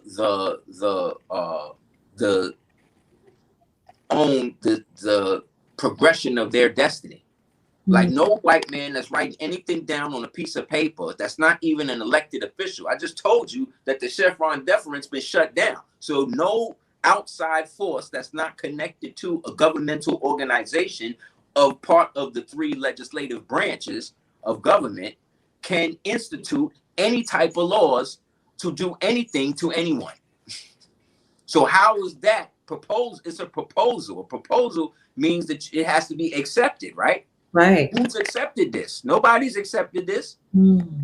That's like saying, oh, well, he proposed. But unless she say yes, it's just a proposal. So why y'all making this mountain into a molehill? And who put the battery in y'all back to do it? Because now I be going on YouTube and I'm watching all of these melanated people talk about it. They all seem like they got the same script. Seem like the same Democrat white man that gave them some script, and they all read it from it. Say like, okay, black people enslaved, check. Okay, black people this, check. It's like, come on, man. Like, who controls your destiny? Why you think white people got that much power? Have you not seen what they doing to white males now? White males can't even get jobs. What you talking about? White men ain't been running shit in this world for a long time right now. He may run around this, like Bobby Hemmings say, he may run around this, but he not running it. If anything, the people in Israel, them type of people running it right now. And they don't like white people. They don't like them at all. The Zionist people and all that, they don't like them at all. Because they upset at them based upon how we used them to round them up back in the days. For more on that, you can get a book called Chosen People of the Caucasus by Michael Bradley, another book called 13th Tribe by Arthur Koestler, another book called Iceman Inheritance, another book called Making It a White Man by Paul Lawrence Guthrie, another book called White Cargo, another book called The Forgotten Cause of the Civil War. All these books, you read these books, it will take the boogeyman, white man trauma away from you right away. It's like, oh, these people not running nothing. They just pawns they damn self. But again, if you believe that a guy can come over to a whole country he ain't never been before, put big chains around 9-foot Africans, then get on another boat and bring it to another country he ain't never been before with 3 ships and kill 100 million people, then of course the white man gonna be God to you. But that didn't happen. You know what I'm saying? That didn't happen. And if it did, show me the slave ship that they used to do it. You can show me dinosaur bones from 24 million years ago, right? Dinosaur shin bones and jaw bones and all that. You got all of that, but you ain't got a slave ship from 100 years ago? Somebody lying. And it ain't us. It's them. It's part of the racial hustle. It's a hustle. You know what I mean? It's a scam. It's a grift. It's another way to create a false sense of superiority and a false sense of inferiority in people who have been at war with each other based upon the machinations of people who have a vested interest of keeping them at odds with one another. You know what I'm saying? Right. So it's that. So the proposal 2025, that has nothing to do with nothing. That's just a proposal. Now, we was back in the neocon days when Wolfowitz and Rumsfeld and them niggas was in there. That's when the Chevron deference was still in effect. They was able to create a think tank, and from that think tank, they created something called the Plan for a New American Century, right? And then that was called PNAC, and that PNAC was then implemented by Cheney, you see what I'm saying, who was a part of the think tank, and he implemented that, and that's what led to the whole Iran, Iraq, and all of that. That's what led with 9/11 and all of that. That's why all of that had to happen in order for them to implement it. You see what I'm saying? And then that led to the Patriot Act and all the rest of that crap. There's a movie called Vice with Christian Bale, who, by the way, is the stepson of Gloria Steinem. Jeez, they all related. See what I'm saying? They all related. They all related. Everybody that they pump to you in front of the TV, mainstream, is related. All of them. All of them. From the rappers to the actors to the politicians. Brad Pitt is Obama's 5th cousin. You know what I'm saying? Like, they are all incestuously down. The only one that ain't related to none of them is Drumpf. Who's Drumpf? Keep saying that name. Sound like well, on his original birth certificate, it was Drumpf, and then they changed it to Trump. Okay. So, you know, respect the man for his name. So in that, he the only one not related to them. So this is the problem. Like I said, Snoop Dogg related to Ray J and Brandy. Like, they all related. That's why they call him Uncle. Yes. Halle Berry was related to Fred Berry. Remember Rerun? All of these people related. All of these people are related. They all in the same family. We are the ones that's not. Unless we get in there and then they do the scripts. They get one of the witches like Abramovic or Michelle LeMay, and they'll do the scripts on you to try to find out who you may or may not be related to. But they all related. So you can't trust none of them. That's what I just seen E40 endorsing Biden. E40, you know how many E40's partners, as he say, was locked up under these Biden and Clinton administration? Chevron deference that was put through. No, but you want to endorse Biden. Like anybody, Joy Reid, all of these Negro are insane. They are insane. She said, I'll vote for him even if he's in a coma. That's how much this chick is totally drinking the Kool-Aid. Her, Karen Jean, drunk Pierre. She always drunk driving somewhere allegedly. Lying with every breath she can muster. Heals up Harris, who locked up more so-called original men in California than anybody else for weed. Then the next year she on the Breakfast Club talking about how much weed she's smoking. Like, this is who y'all down with. So what y'all gonna do? Y'all gonna swap Biden out, and y'all gonna vote for Kamala? That's who y'all gonna want president? Or what y'all gonna do? Y'all gonna try to put Michelle in there, and then what? Have Obama be the vice president, so you can try to flip it like that? That ain't gonna work neither.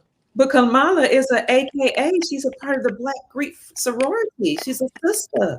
Exactly. Who's an Indian? Who's straight Indian? Nobody in her family is melanated. You know what I mean? If I take a Bengal tiger and put it in a Bronx zoo, that ain't a Bronx tiger. That's a Bengal tiger in the Bronx. So that's an Indian woman, you know what I'm saying, in Howard. And that ain't nothing, because Howard, Spelman, these are all military installations that was set up to reconstruct the minds of the original POWs, aka Moors, who had been denationalized after the Great War, who are now being re-educated and put under General Howard's jurisdiction, and then created a whole university that was already there that they repurposed as a university to then re-educate these Negroes to want to be more like them, right? And then that's what they did with all of these HSBCUs. What is a black Greek is a Macedonian. If we really want to get into it, a black Greek technically would then be an ancient Peloponnesian. That's not what these dudes is acting like. These people who calling themselves black Greek and all of that, that was all started by a sellout named Edward Minton, who wanted to have his version of what he seen the white boys doing. And the white boys at the time was doing what they saw the old Moors doing.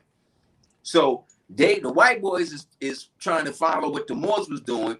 This Negro is trying to follow what the white boys doing. You see what I'm saying? And then he set up the AKA thing and then created what they call the Divine Nine, right? And then he got everybody to think that they was more uppity Negro. And then the white power establishment began to support them, because they were now useful idiots. They were now useful tools that they could educate in their form of educational system. So that way they would not go back to the pro-nationality movement of the days that was trying to get people to go back to what it was before Reconstruction. There's a book you can get on this that talks all about this, called the Blue Vein Society, in which you had to be so light that your veins would look blue under your thing to be down with it.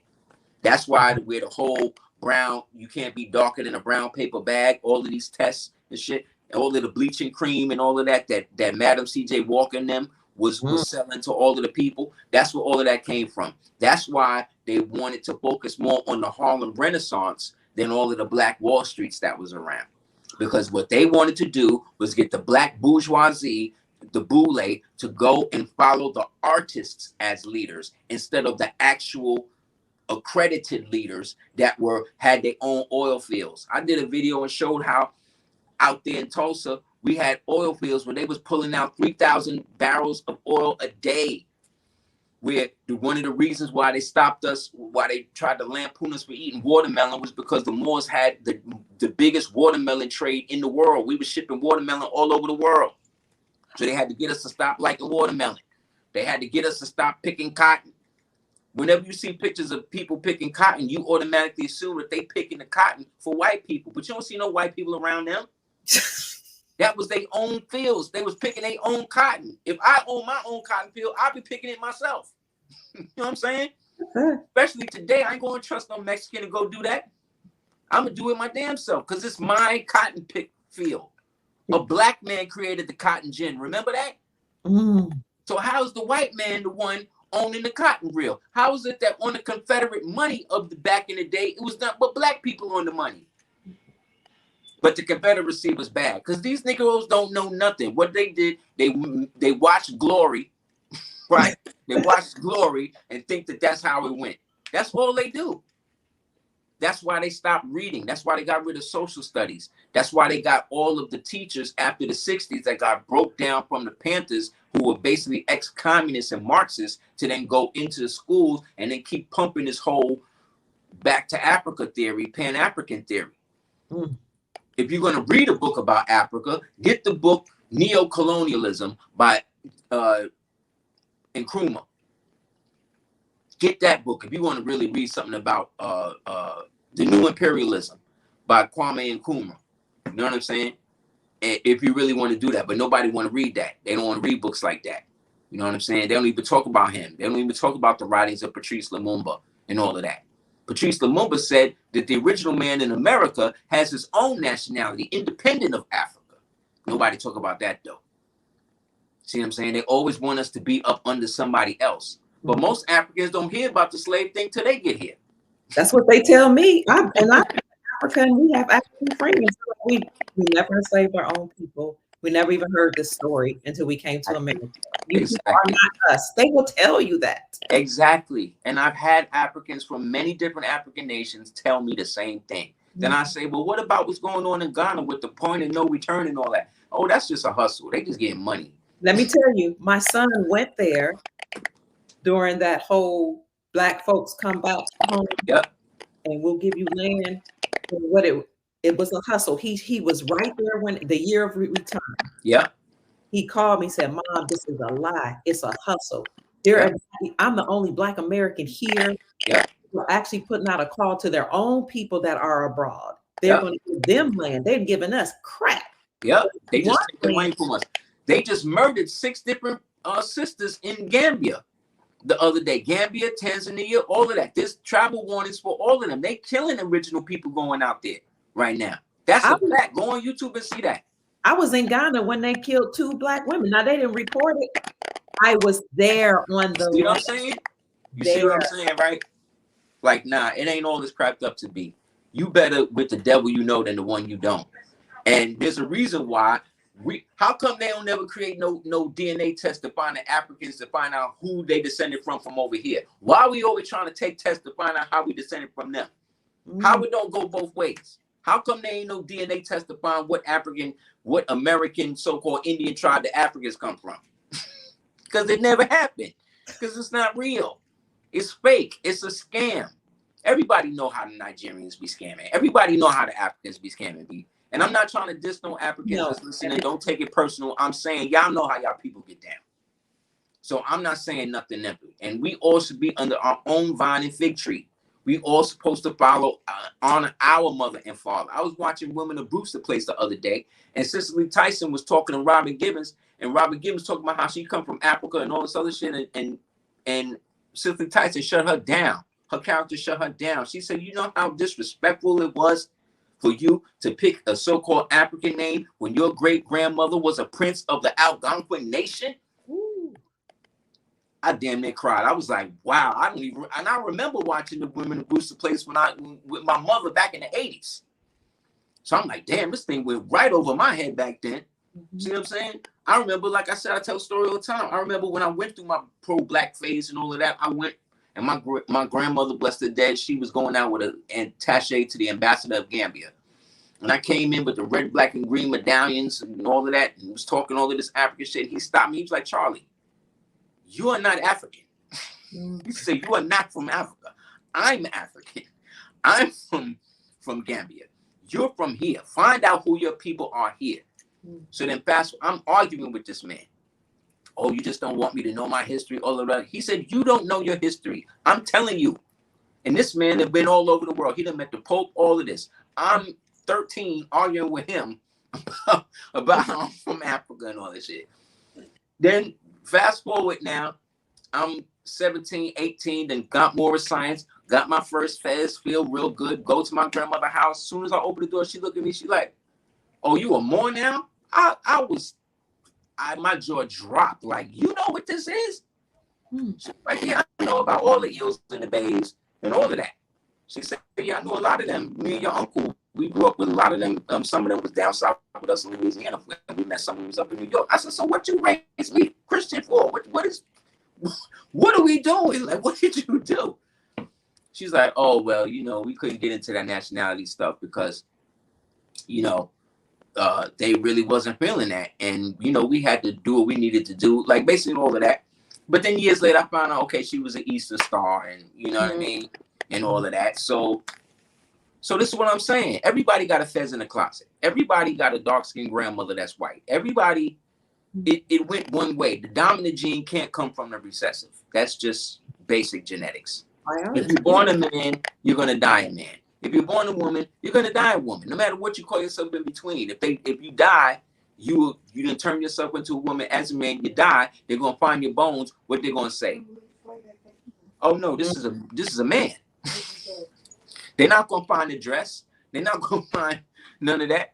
All that's gonna be gone. The only thing that's gonna be left is the actual truth in the bones, and that's what the Creator made. And you can never undo that. The devil can never undo what was done in the form of righteousness, ever. So you got people could keep fooling themselves. It don't matter, you know. How do you answer the question? I've had this Sam speak on my podcast when I talk about the Moorish dynasty, who continue to say that the Moors sold the indigenous people's inheritance. No, I don't know. Evidence to prove none of that.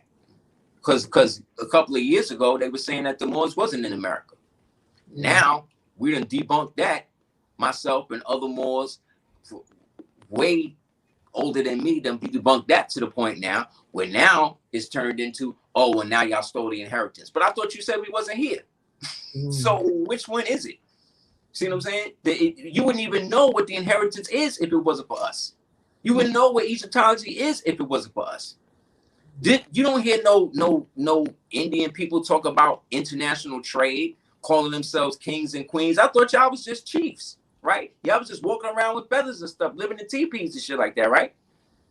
So how are y'all now all of a sudden talking about how now y'all are kings and queens and y'all's this and that? I thought y'all was wild Indians living off the land like the Siberian ones that you see in the cowboy movies and shit. I thought that's where y'all was. Which one is it?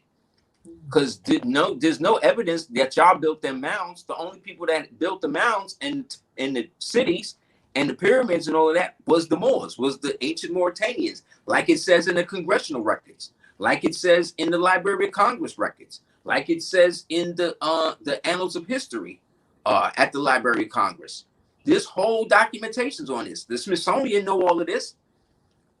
That's why you got all of the why you got temples like the Temple of Zoroaster, the Temple of Isis, all of that in the Grand Canyon. The Sphinx that they done found in the Grand Canyon. Indians built that. You know what I'm saying? Like I said, man, these people are trying to be something based upon them trying to be willfully ignorant, based upon whatever Freemasonic or whatever secrets or whatever the willful ignorance that they have chosen to adopt, because they just don't like people with fezzes. They just don't like bays and eels. But the congressional record, HJR 75, says that we were the ones that was already here. We're the only ones that they made a provision for on May 9th, 1933, 3 months after the overall bankruptcy, where they made all the so-called Indians and American citizens enemy to them. They didn't do that to us. They said that they respect the fact that we provided for the swift Americanization of the former Moors, and that whatever we decide to adopt, whether now or in the future, we have the right to do that, because they don't want to deal with a nationality. Because like I said, the nationality then gives you the right to elect. It brings you back into the constitutional fold. That's why we never heard about Noble Jew Ali and none of this until we got old. And now they create fake books. They create fake histories. Moore showed me this book, The Princess and the Prophet, and they got a picture of this dude who they say Noble Jew Ali on the cover. That ain't him. That ain't him. Then they say, oh, Noble Jew Ali was a Freemason. Where's the evidence of this? And how is it that this book, Princess and the Prophet, that y'all trying to hold up to try to defame the prophet, how is it that it's written by a black Hebrew dude? You know what I'm saying? Like, show me a book written by a Moor that say all of that, then maybe I might take you seriously. Until then, I don't accept what somebody with no nationality is talking to me about. Because if you don't got no nationality, that means you a subject. You an alien. You don't have no rights in this society. So why am I even listening to you? See, that's why they don't like the Moors, because that's what make us white. We start looking at it like that. Like, okay, if you think your freedom comes from you adopting a slave moniker, then I support you doing that. I'll support you being a slave if you think being a slave is going to make you free. Meanwhile, the rest of us, that's adults who want to take our places amongst the affairs of men, we know that having a free national name allows us to take our proper place in the society where, put it like this, how is it that Noble Jew Ali in the Moorish Science Temple of America, peace be upon him, back in the 1920s was able to get a so-called black man named Oscar the Priest appointed to the Senate, appointed to the Congress, at a time when so-called Negroes could not vote? How did he do that? How he do that? Nobody got any smoke for that though. Nobody know how to do that. Why you think they had to shut the whole Moorish Science Temple of America down and reorganize it by 1938 with a whole different complexion where they got rid of all of the civics in it? We didn't put any type of civics or law all the way up until like the 60s and the 70s. They made sure, they said, nah, we can't have this rolling like that. These Moors is doing too much. So how was he able to do that? Why? Because he was able to take the block vote of the temple as one complete body, as an ecclesiastical organization composed of international missionaries who are part of something called the Divine and National Movement, which is the organ back to the old Moorish Empire, which then put them under the treaty rights, the international treaty rights that still existed all the way from the surrender of Granada, all the way up until the Treaty of Peace and Friendship, all the way to the Moroccan Dahir, all the way up to the Act of Algarve or Al Jazeera, Al Jazeera's, and all the way up to, again, the article, the Algonquin Confederacy, i.e. the Great Law of Guyana, which again was comprised by the Algonquin, anything AL, anything MA, anything BE, BA, that's all Moorish. These are all Moorish names. Anasazi, that's a Moorish name. That's not an Indian name. The term Indian was labeled on them by the decommissioned so-called Roman Spanish to fall under the term Los Indios, meaning those outside of their God, meaning their pagan gods that we not a part of.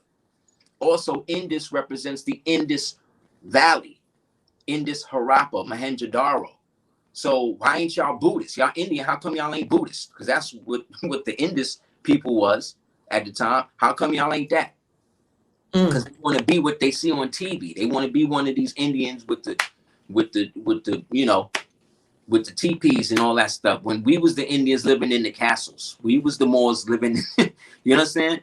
The monkeys and the Anasazis and the Talsalagi and all of that, those were the Moors. The corporate versions, the sellout versions was the Cherokee, was the Choctaw, was them type of people, Chickasaw. Because the term Choctaw come from Chata or Chata, right? The CH is a hard H because they were also Hebrew. So it's Chata. You know what I'm saying?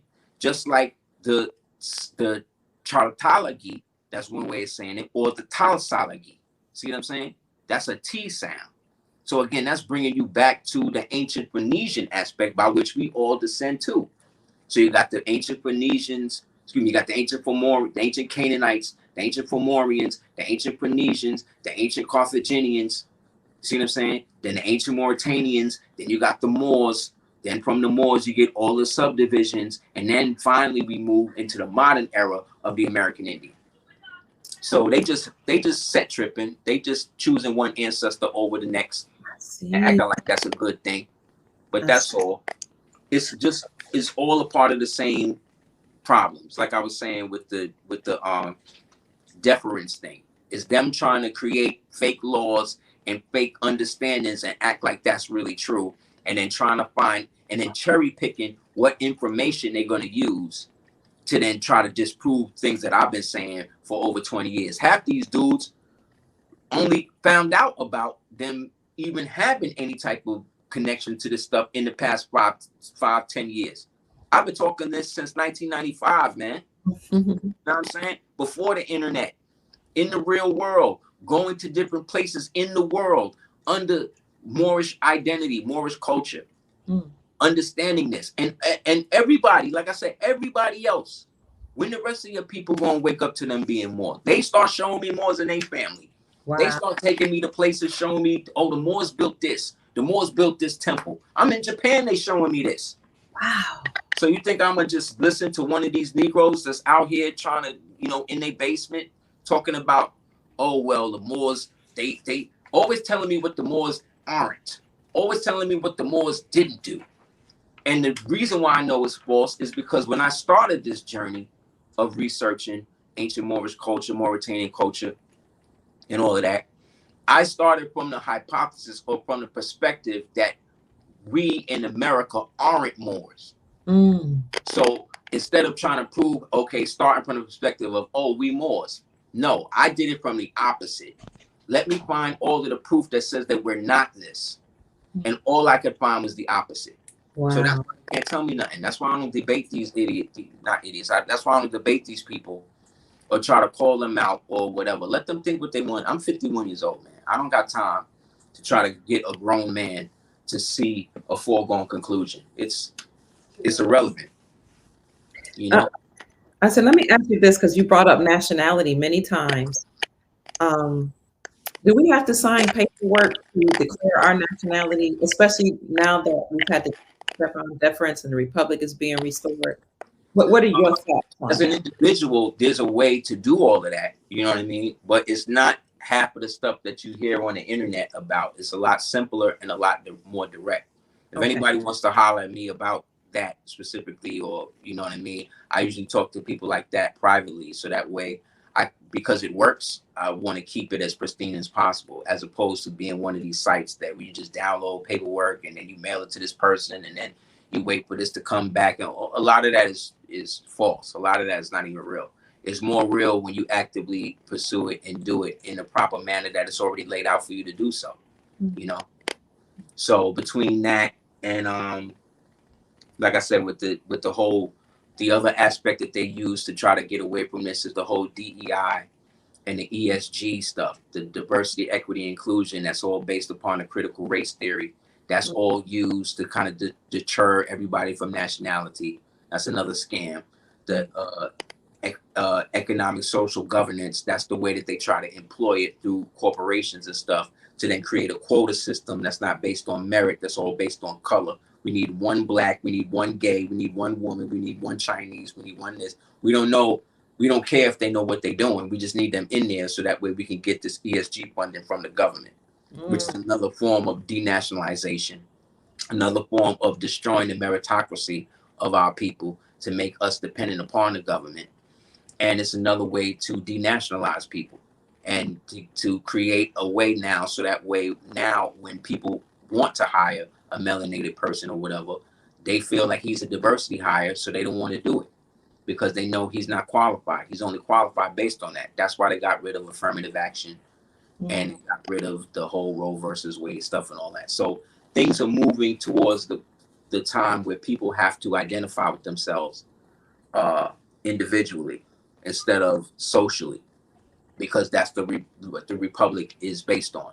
The republic is the rights of the individual over the masses, and the masses of individuals come together to support the movement, as opposed to the democracy is the mob rule. You know what I'm saying? So all of this is a good thing. So it is important, in your opinion, to establish or to have to declare a nationality. Definitely, especially in the American governmental system, because it opens up more roles to you and it takes you out of the chattel Negro, black, slave, colored thing, and it allows you to deal more freely in both the public and the private sector, as opposed to being the subject to, you become a subject of.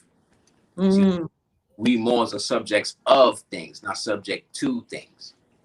See what I'm saying? So we become subjects of the American Republic, which again is a reorganization of the old Moorish Empire. There we go. That's what I was wondering. So, but if the republic is being restored, why would you have to declare a nationality? Because you still got people like Biden and these Democratic people in here acting like controlling the levers of everything under a democracy side of it. So you have to say what you are, so that way they know what you aren't. Mm. See what I'm saying? So this way you're not just a voter, you're an elector. See what I'm saying? That's why the electoral college exists, even though people are voting. You see what I'm saying? Because the votes get funneled into the electoral college, and the electors, who are the silent majority, who are the people with nationalities in America, are the ones that push whatever's forward. Mm. And so now, can you explain why we have a treaty of peace and friendship and what that is? That is what allowed the United States to be recognized as a republic after it was reorganized from the confederation into the modern Republican form of government, as so written by the letter that followed that, which was the letter of George Washington to the Sultan. George Washington himself being the grandson of a Moor named Nicholas Maritou. You could look that up. Who was a French Huguenot, and the French Huguenots were Moors. So the picture that we got of George Washington may not even be real, because his grandfather Nicholas Maritou is your complexion. Wow. Copper. So, just like Jefferson was melanated, James Adams was melanated, Crispus Attucks was melanated, Ben Bay was melanated. They just want to make it seem like it was all white people, but they got to do that because that's how they reconstructed the history, when most of them pictures is fake. We got another important question. We got a few minutes. I got to wrap it up, though. Okay. I'll answer this last question, then I'm. Okay. Isn't it changing your last name to Bay disrespectful to the ones? No, because you're annexing the Bay or the Il or the Day or the Al or the Ali or the Pasha. You're annexing that to your born name. So your tribal name and your national name work in tandem. So if I was John Smith, right? John Smith Bay, I'm John of the Smith Tsalagies of the Moorish nation or the Moorish clan of Bay. You see what I'm saying? So one represents me domestically, the other represents me internationally. So you don't change your whole name. You see what I'm saying? You keep the name of your honor, your mother, and your father, so your days may be long upon the lands the Lord has given you, which is this land. But you want to use the title that was given, the Il, which is like Elohim, the Bay, which is like Bayanu, the Al, which is like Allah, right? But not Allah, the pale Arab Allah, Allah being the arm, leg, arm, head, the spiritual visage of man. You know what I'm saying? The Pasha, which comes from Pahath, which is an old Hebrew term, and the Moab. So you add that to your name, but you choose one or the other. Okay. You know what I'm saying? So again, if you're John, then you would be John of the Smith Tsalagies or the Smith Pamunkeys or the Smith Chickahomies. You see what I'm saying? Of the Moorish clan of the Bay. So once they got rid of the Moorish thing, took the Ils and the Bays off, the so-called Moors who were left became so-called Indians and started using their last names as their national names. And that's what got them, why their names could then be usurped by the slaves that came over and adopted them. Okay. Because the international tie was then cut off. But now we're in a new day and time. And like I said, the congressional record of HJR 75, everybody can read it yourself, says that you have the right to annex and the usage and the customary usage of all of that, whether you choose to do it today or any time in the future. So that is what also insulated us from the bankruptcy thing and then brought us back into the Americanization or our true American nationality. Outside of all of the inferior governmental controlled, Roman DC titles such as Negro, African American, Black, American Indian, see what I'm saying? Colored, octoroon, quadroon, mandroon, Creole.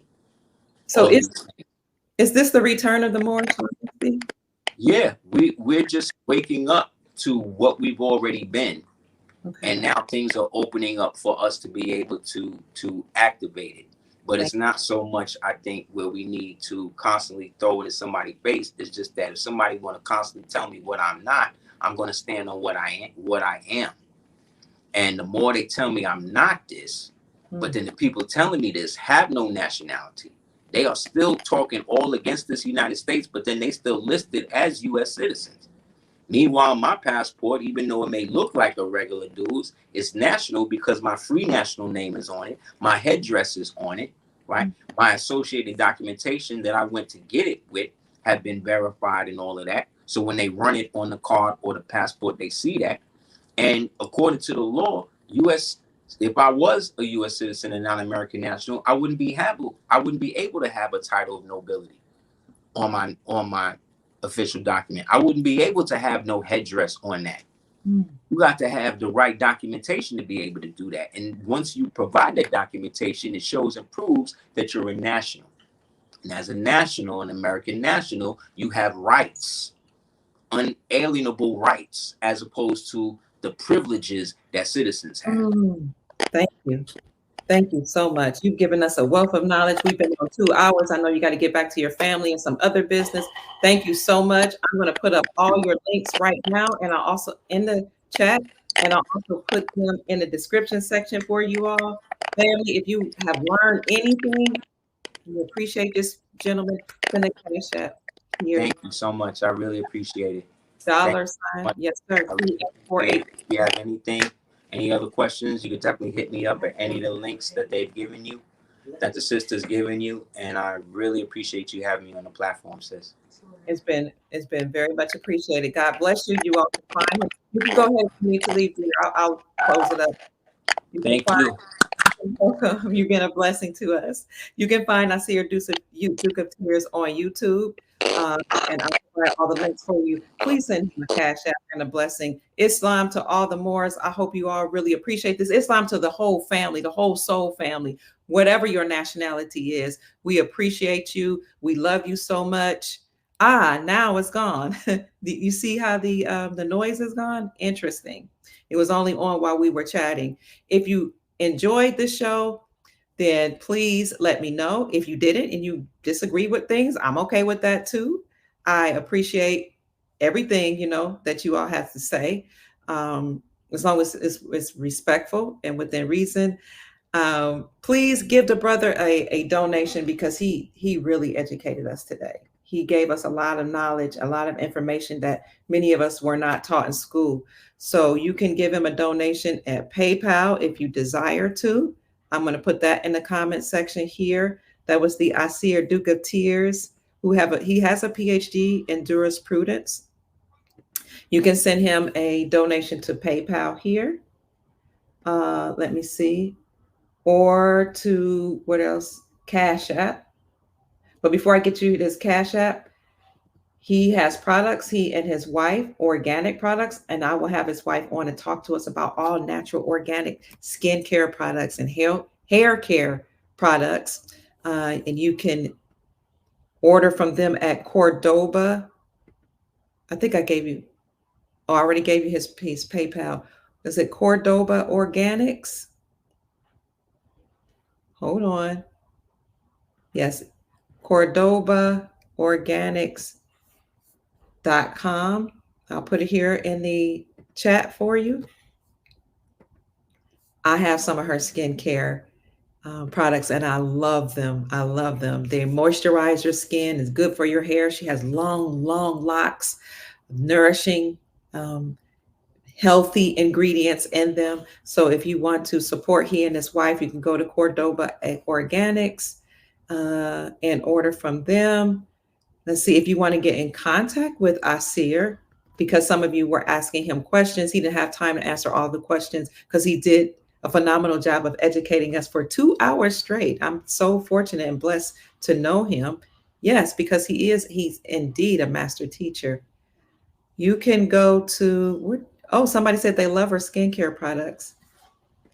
You want to contact Aseer? You can go to Aseer, the Duke of Tears. Tears is TIERS.com.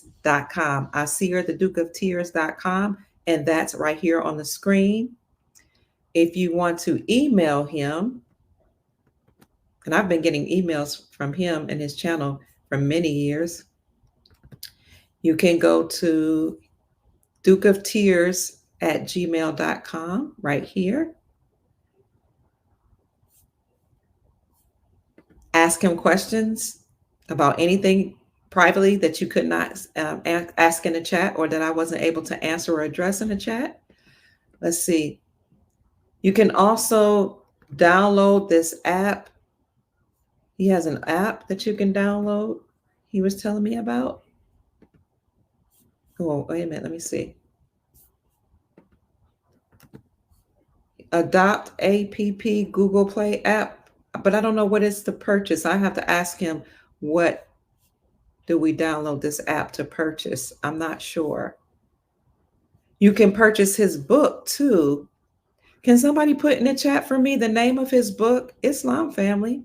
Yes, this was a very informative and knowledgeable show. I am so grateful to Brother Aseer. He has a book. Let me see if I can find his book on Amazon. At 5-star rating.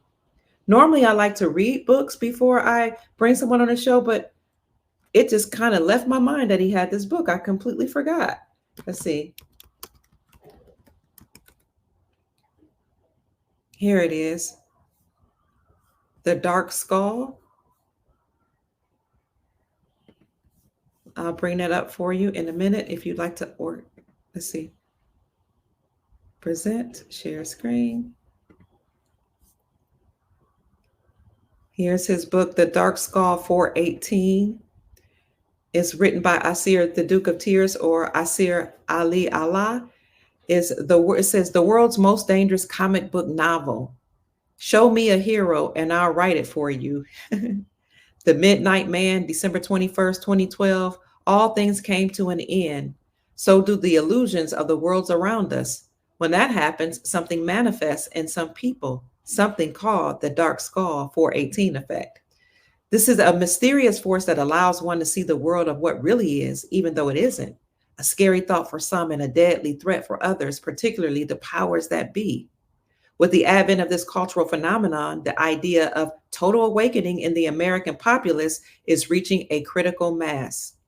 In a world where all conspiracy theories are turning out to be true, the world was waiting for a spark to ignite change that would thrust humanity into a next phase of evolution. Who would have thought it would start with a mixtape called the DS418? The mixtape was done by a deceased rapper named Corn Liquor. His rap group, Concrete Evidence, was the biggest revolutionary music group in history. So big they became a threat to the establishment and were targeted for extreme sanctions. It's now 2011. And since then, the NSA director, John Nathan R. President, has dedicated his time to tracing the movement of a subversive group that calls himself the Dark Skull 418. As the world heads towards a global financial war, there's a pervasive sense that this could really be the end of everything. And then it goes on for there. Now I better read this because this is getting good. Along with the NSA director, other secret factions for the Anglo establishment, like the Tholic Vril and the Breakaway Society, vie for control of what will be left after the rapture. NSA Director John Nathan R.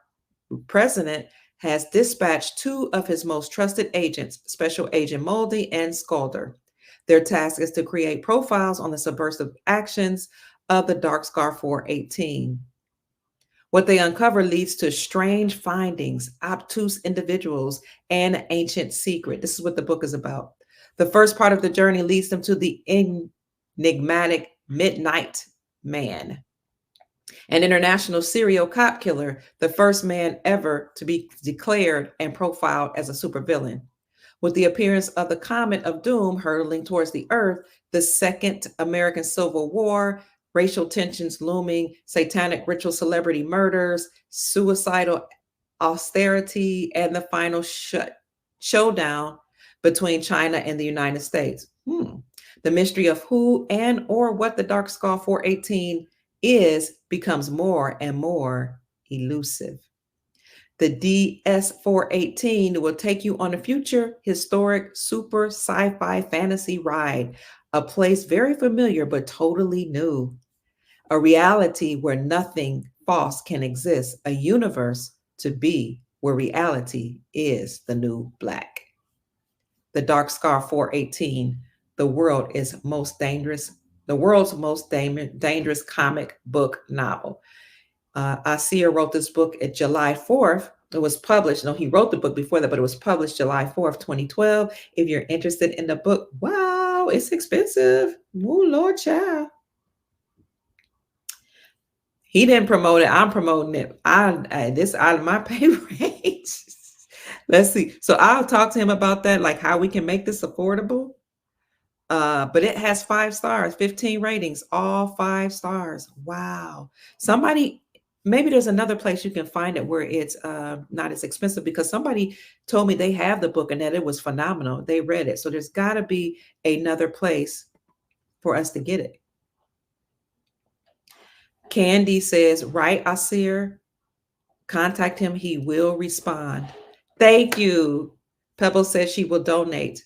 The man is a phenomenal master teacher. He was acknowledged as a Sheik. He does have a doctorate in jurisprudence. So please contact him. Again, I'll let you see at dukeoftears@gmail.com. I love you all so much, family. If you're interested in talking to him about anything that he spoke of, or if you're interested in the questions that I asked him about nationality, why is that important? dukeoftears@gmail.com. This was a phenomenal report. He gave a very detailed explanation of history, what the dynasty looked like before it was overtaken by a coup d'etat, how the republic is indeed being restored, and how the deep state is afraid of the Chevron deference, and what that means for us. That was a whole lot of information to give us. And like you said, knowledge is freedom.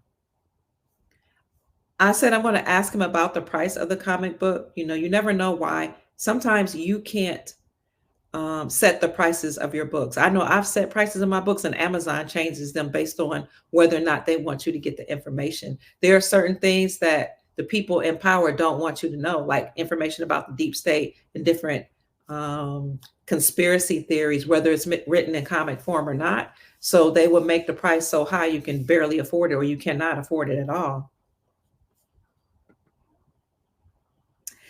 Mary says, this is my first show and my first live, and I loved it so much, and I'm so blown away. Thank you, Sister Mary. Thank you. We will all be free very soon. Amen. I appreciate that. Then thank you for supporting the show. So again, if you enjoyed any information that he shared with us, Brother Aseer, then please feel free to send him a blessing via Cash App or PayPal. And I put down his PayPal link, but I'll put all of this in the description section as well. Yeah, if you want to see the Black Law Dictionary and the Black Law Book, some of those editions are very, very expensive, because true law is something that they want to keep away from the masses. But I hope you all have enjoyed the show. We certainly enjoyed Aseer, the Duke of Tears, and all of the people that we bring on the show. All of the guests have been a wealth of knowledge. We appreciate your time away from your family. We've been on for over 2 hours. I want to respect your time. I do respect your time, family. If you desire, again, to send him a blessing, Cash App, $DS418, and he'll really, really appreciate that. I love you all so much, family. I appreciate you listening to the show and donating. I appreciate you. Some of you have even donated to me, and I appreciate that. I didn't get to acknowledge some of you who donated today. I was so grateful. Because we've been talking about the takedown of the deep state for a while. Dr. Pruitt has.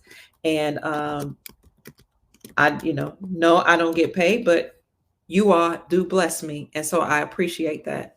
And the Creator is taking care of me. But if you do desire to give to Dr. Kia Pruitt, I thank you so, so much for, if you want to support the work that we're doing over here. And I want to acknowledge the people that blessed us today, because you didn't have to.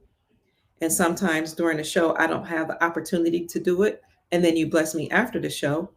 So again, if you appreciate the information that Dr. Kia Pruitt gives you, then, or you want to support the work, you can send a Cash App if it's your pleasure to Mama Kia 13.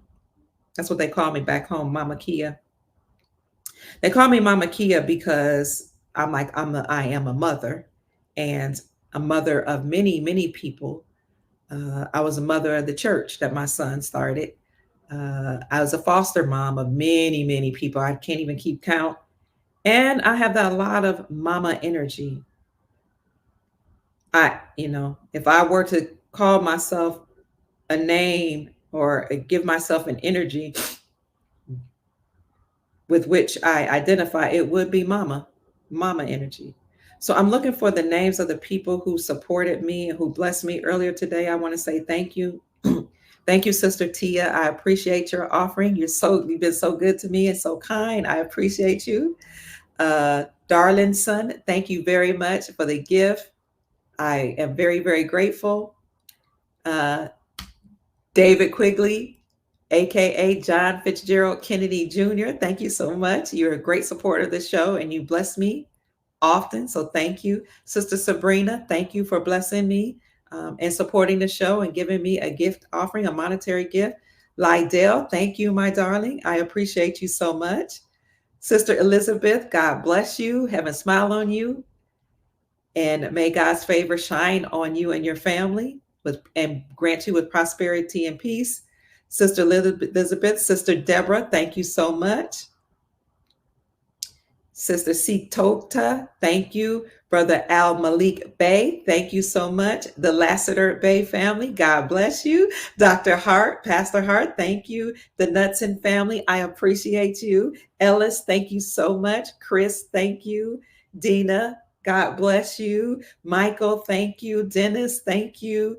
And so many others. Rhonda, Linda, and many, many others. Now I'm getting into the older blessings. So I appreciate you. I am very, very grateful for all of the blessings that you all have given me. Gratitude to you all. Somebody says this was a very deep conversation today. I agree. The information that he shared was so in depth that I'm going to have to do a replay, rewind this, and listen to it over. I'm not going to even double speed. I cannot fast speed this. Sometimes on the videos, if I go, long, then feel free to, go by you can speed it up by 1.25 or 1.5 or double speed it. But today, I'm not going to be able to do that with all of the information that he gave us. Not today. Thank you for the blessing, Sister Tiffany. I appreciate you. As Disa, or Adisa, thank you so much for the Cash App blessing. You guys are still pouring in blessings. Sister Mary says, I am 56 years old and all this learning truth makes me feel like a kid again. Thank you. She says, thank you. You're welcome. It is my great pleasure. So I am so honored that you all spent your evening with me tonight and took the time to listen to this podcast. We were talking about how we, the people, shall rise again.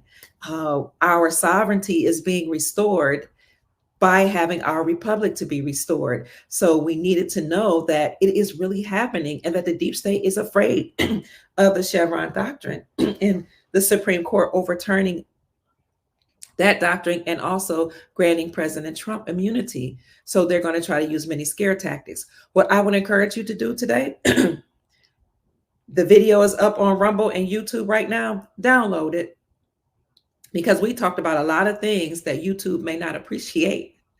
I already had one video removed the other day when I talked about some of the malpractices that occurred in the 2020. And then I went into John Fitzgerald Kennedy Jr. and I talked about his book and how he says he's the real JFK Jr.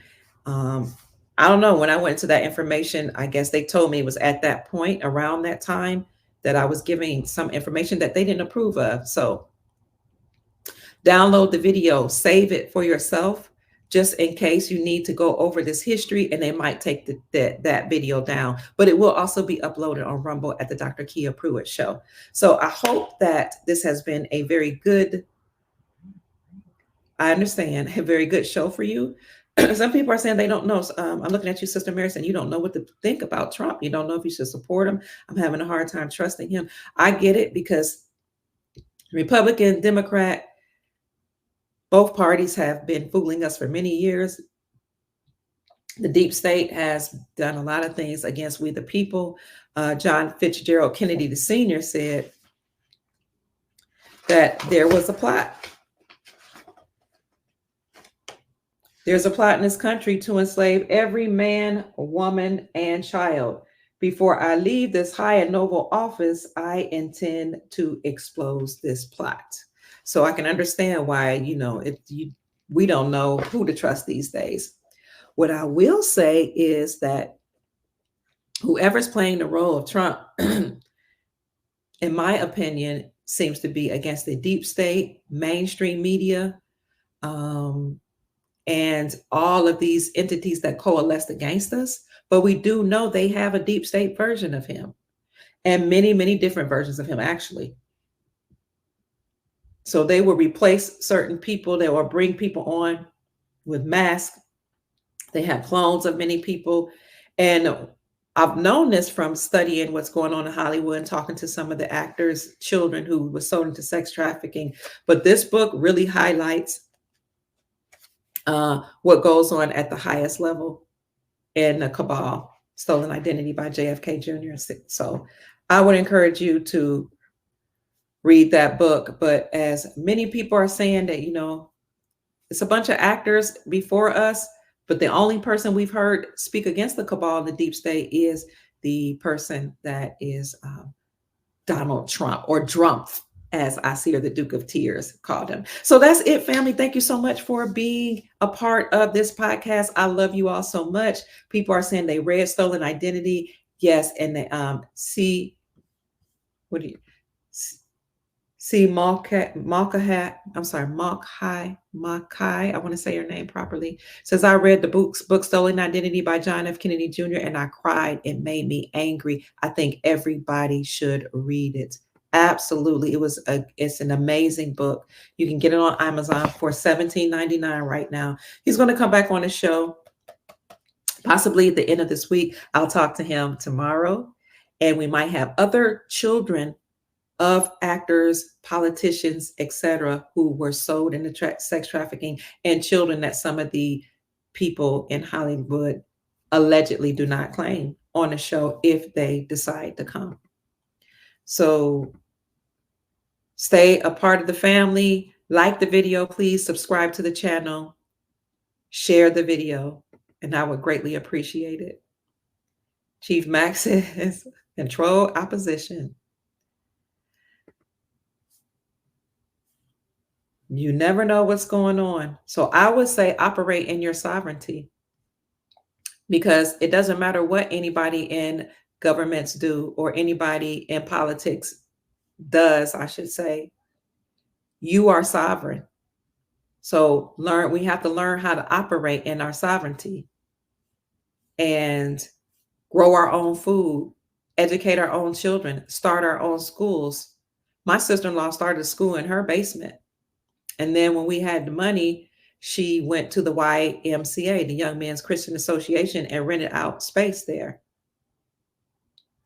And then one of her brothers, my brother-in-law, had excellent credit. He bought a building, and we created a church in the building. And then we had a daycare and a school. But we started off with nothing, just in her basement with her children and my children. We had 7. We called them 7 from heaven, and even started a group with them singing, because my husband, God bless it, rest his soul, was a phenomenal musician, and he taught all of our children how to sing and play many instruments. So my children, who are now in their 30s, have been playing instruments since they were like little children. And by the time they were like 8, 9, and 10, they were playing for churches. By the time they were like 10, they were ministers of music, bringing home money. So we taught them music, art. My husband was also an artist. I had graduated with a degree in counseling, a master's degree in counseling, and a bachelor's degree in an interdisciplinary degree, where I what I put together a whole bunch of disciplines: sociology, psychology, economics, and political science, and created my own program. That was my undergrad degree. Then I got a master's in counseling, then a master's in leadership studies. And while I was doing all that, I was working for my sister-in-law's school. And she said, I'm going to pay you more than what they would pay you with your credentials. So she got grants, loans. She wrote her own grants and paid me to work in her school. My husband's sister, God rest her soul. My mother-in-law, her mother had a bachelor's degree and master's education in education, and she taught in the school whenever she could. My husband taught art and music in the school. And her husband, my sister-in-law, Darlene Cartwright, God rest her soul, her husband, David Cartwright, taught in the school. He, at the time, was working on his PhD in engineering. But we said, you know what, we might be working on education, but we're not going to just focus only on our degrees. We're going to focus on our children, and we'll work on our degrees part-time. And he taught them algebra, calculus, trigonometry as wee little babies, engineering, CAD, AutoCAD, all that. They were children. We introduced them to the congressmen and women in our state. At the time, we lived in Ohio, and then we moved to West Virginia because her husband, my sister-in-law's husband, and I were both working on degrees. And we moved to West Virginia from Ohio, so we moved to school there. Introduced them to congressmen and women, and we had our children to be pages for the congressmen and women, so they would serve them water and go run errands for them while these congressmen and women were conducting business and writing laws. We created all type of programs for them during the school, after school, and during the summers. So they were learning engineering. They were learning. I also have many credits towards a degree in journalism. I taught them, and we put them in journalistic programs. We took them to different field trips. They sang all over the country, 7 from Heaven, and then it expanded. They had their own group. My nieces and nephews and our 4 children at the time, there's 7 of them, sang all over the country. They had their own band, their own group. And our school, we had our children in school first, then we had more of our family members, more of my children's cousins, and then we expanded out to the community.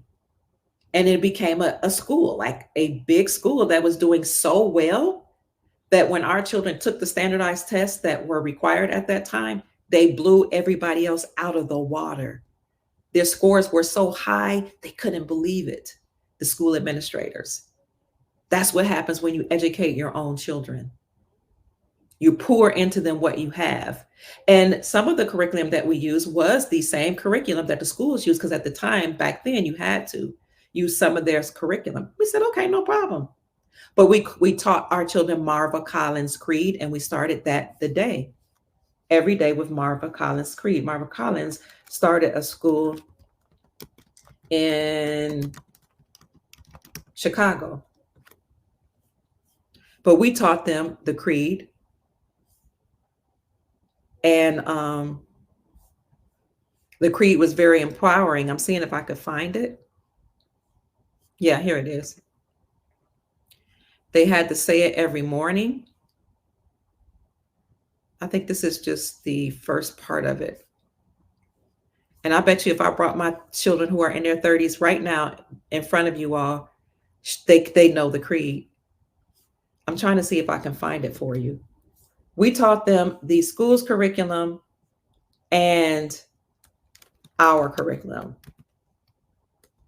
And we took them on field trips. I'm just saying all this to say that you can teach your own children. We're going to have to learn how to do that anyway.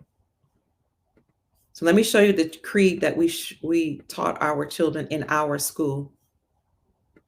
It was a science and math preparatory school. Her husband is an engineer. He's still a college professor to this day, Dr. Cartwright. This is the Creed that we taught our children. Nobody could tell us what we could and could not teach our children. Well, they told us that we had to teach part of their curriculum, so we did it, and then we taught them our own. Society will draw a circle that shuts me out, but my superior thoughts will draw me in. I was born to win if I do not spend too much time trying to fail. I can become a citizen of the world if I do not spend too many energies attempting to become local. I will ignore the tags and names given me by society since only I know what I have the ability to become. I will continue to let society predict, but only I can determine what I can, will, or cannot do. Failure is just as easy to combat as success is to obtain. Education is painful and not gained by playing games. But I have seen failure to destroy millions with promised hopes and broken dreams.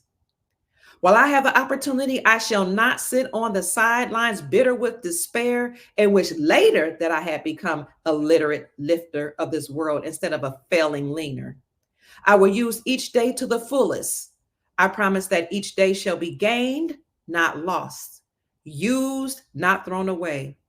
Yet it is my privilege to destroy myself if that is what I choose to do. I have the right to fail, but I do not have the right to take my teacher and other people with me. God made me the captain of only one life, my own. Therefore, if I decide to become a failure, it is my right. We were all promised the pursuit of happiness, and that is what I must do, pursue happiness and success for myself. No one can give it to me on a proverbial platter, and no one will care as much about me as I care about myself. But I must be willing to accept the consequences for that failure. And I must never think that those who have chosen to work while I played, rested, and slept will share their bounties with me. I will wave proudly my flag, signifying that I'm a failure by choice.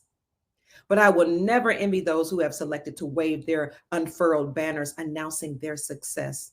My success and my education can be a companion which no misfortune can depress, no crime can decry, no enemy can alienate, no envy or names can hurt me. Education and success can be a lifetime solace. It guides goodness. It gives at once grace and a genius to governments, communities, cities, townships, villages, homes, and palaces. Without education, what is a man? A splendid slave, a savage, a beast wandering from here to there, believing whatever they are told. God is not some cosmic bellboy who comes at my beck and call.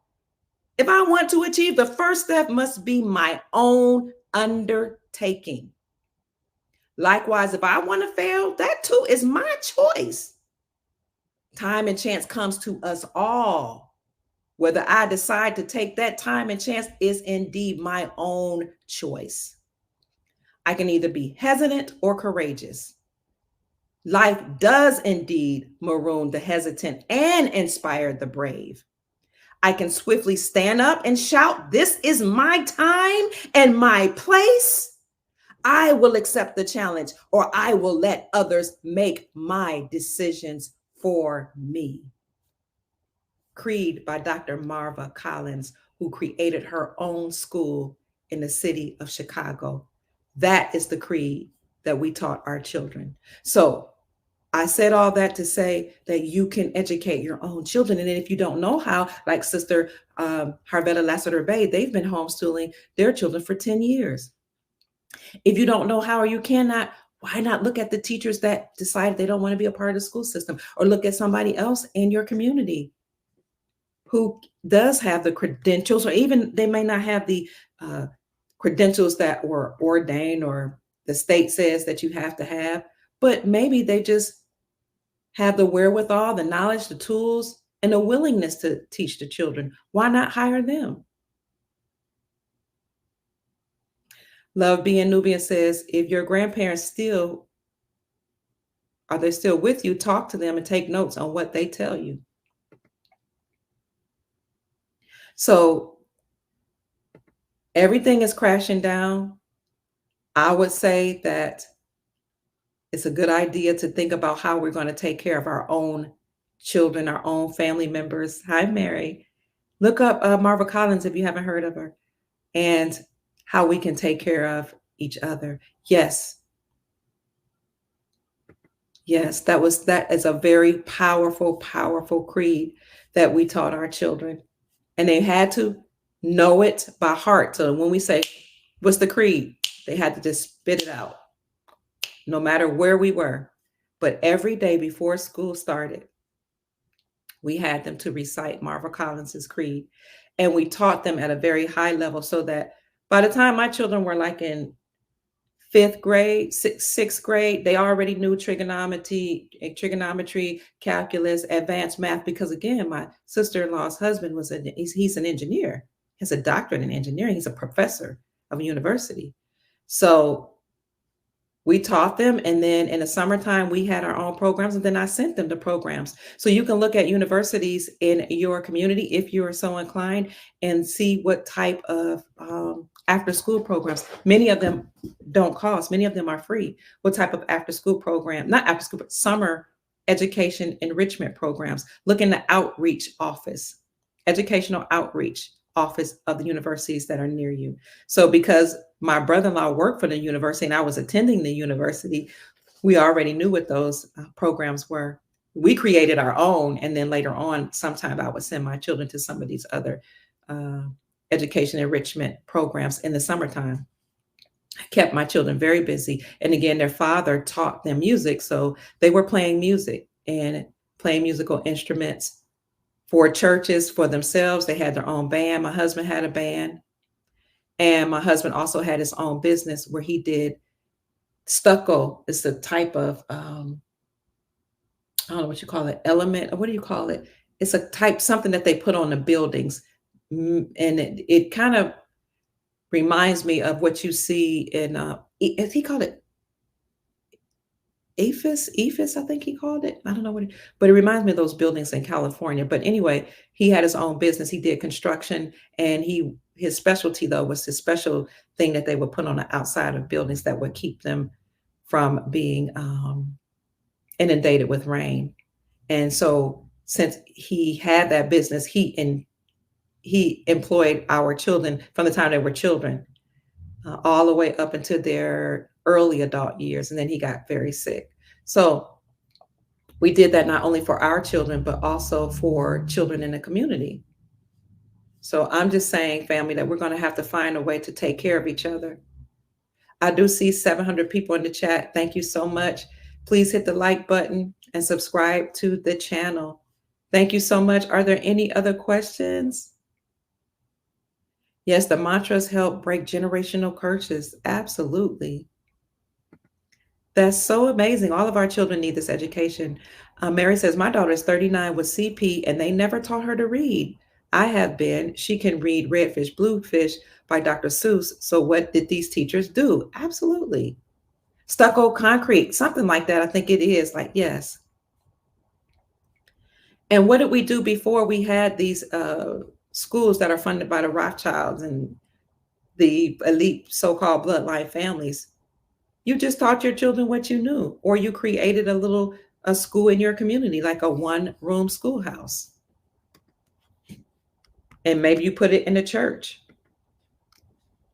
And you educated them with the information that you knew, right? They also worked in the farms with the family or whatever family business you had. You taught them to read and write. But my stepdad had a 4th grade education, and yet he had, God rest his soul, before he passed, he had businesses all his life. He owned restaurants and employed his whole family with a 4th grade education and did very well. He did very well. He and my mom didn't stay together, but trust me, he did very well. And if I needed something, I could ask him before he transitioned. 4th grade education.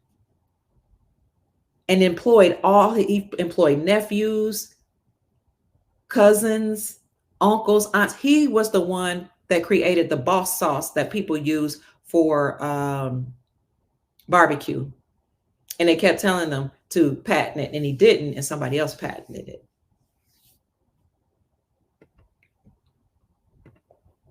Dr. Kia, will the school hours also be shortened along with the work hours? I think so. I think school, because work hours will be shortened from 40 hours to 20 hours a week with Nasara and Jasara. So it only makes sense that school hours will be shortened, but I will look into that because I'm not completely sure. This is my opinion. You love that sauce. Yeah, my stepfather created the boss sauce. Western education is indoctrination, so it's in our best education. Thank you, Chief, to educate our own children. When we create, Judah Forever Kingdom says, or have, or establish, or become our own kingdom of. Oh, when will we create, or have, or establish, or become our own kingdom or a nation? Why cannot we unite today? Yes, let's unite, family. We can do what it is that we desire to do, what we will to do. There's an old saying that says, the moment you make up your mind, the universe conspires to assist you. So let's create our own schools. Let's create our own shops to make clothes. Let's create our own shoe repair shops. Let's create our own bakeries. Let us create our own educational institutions, and so on and so forth. Let's support the local farmers. Let's create our own banking system. If you're interested in silver and gold, why not get silver and gold? If it's in your budget. And if it's not, don't worry about it. We are returning to the gold standard, and we will be okay. So if you want to create your own banking system, I would say pull your money together and have a bank in the family. You be the banker. I have a son who we used to call the bank because he was so good with money. And then my brother-in-law, the one who bought us the building for the church, daycare, and school, where we did all that in one church, his credit was so phenomenal, and he had such a respect for money that he was literally the bank of the family. And he had a factory job but he's worked it for over 30, I think over 30 years now. Yeah. Started when he was in his early 20s. So if you're interested in silver and gold, contact Miles Franklin. Call 952-929-7006 for those who asked for this number, or email info@milesfranklin.com and let our brokers know when you call them that Dr. Kia Pruitt referred you, so you can get the best prices in the industry.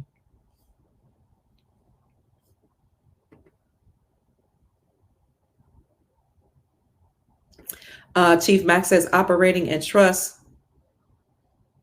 The first, all operating in trust is start to becoming your own trust. I guess the beginning of operating in trust is to become your own trust. Chief Max said he's going to come on and talk to us more about that very, very soon.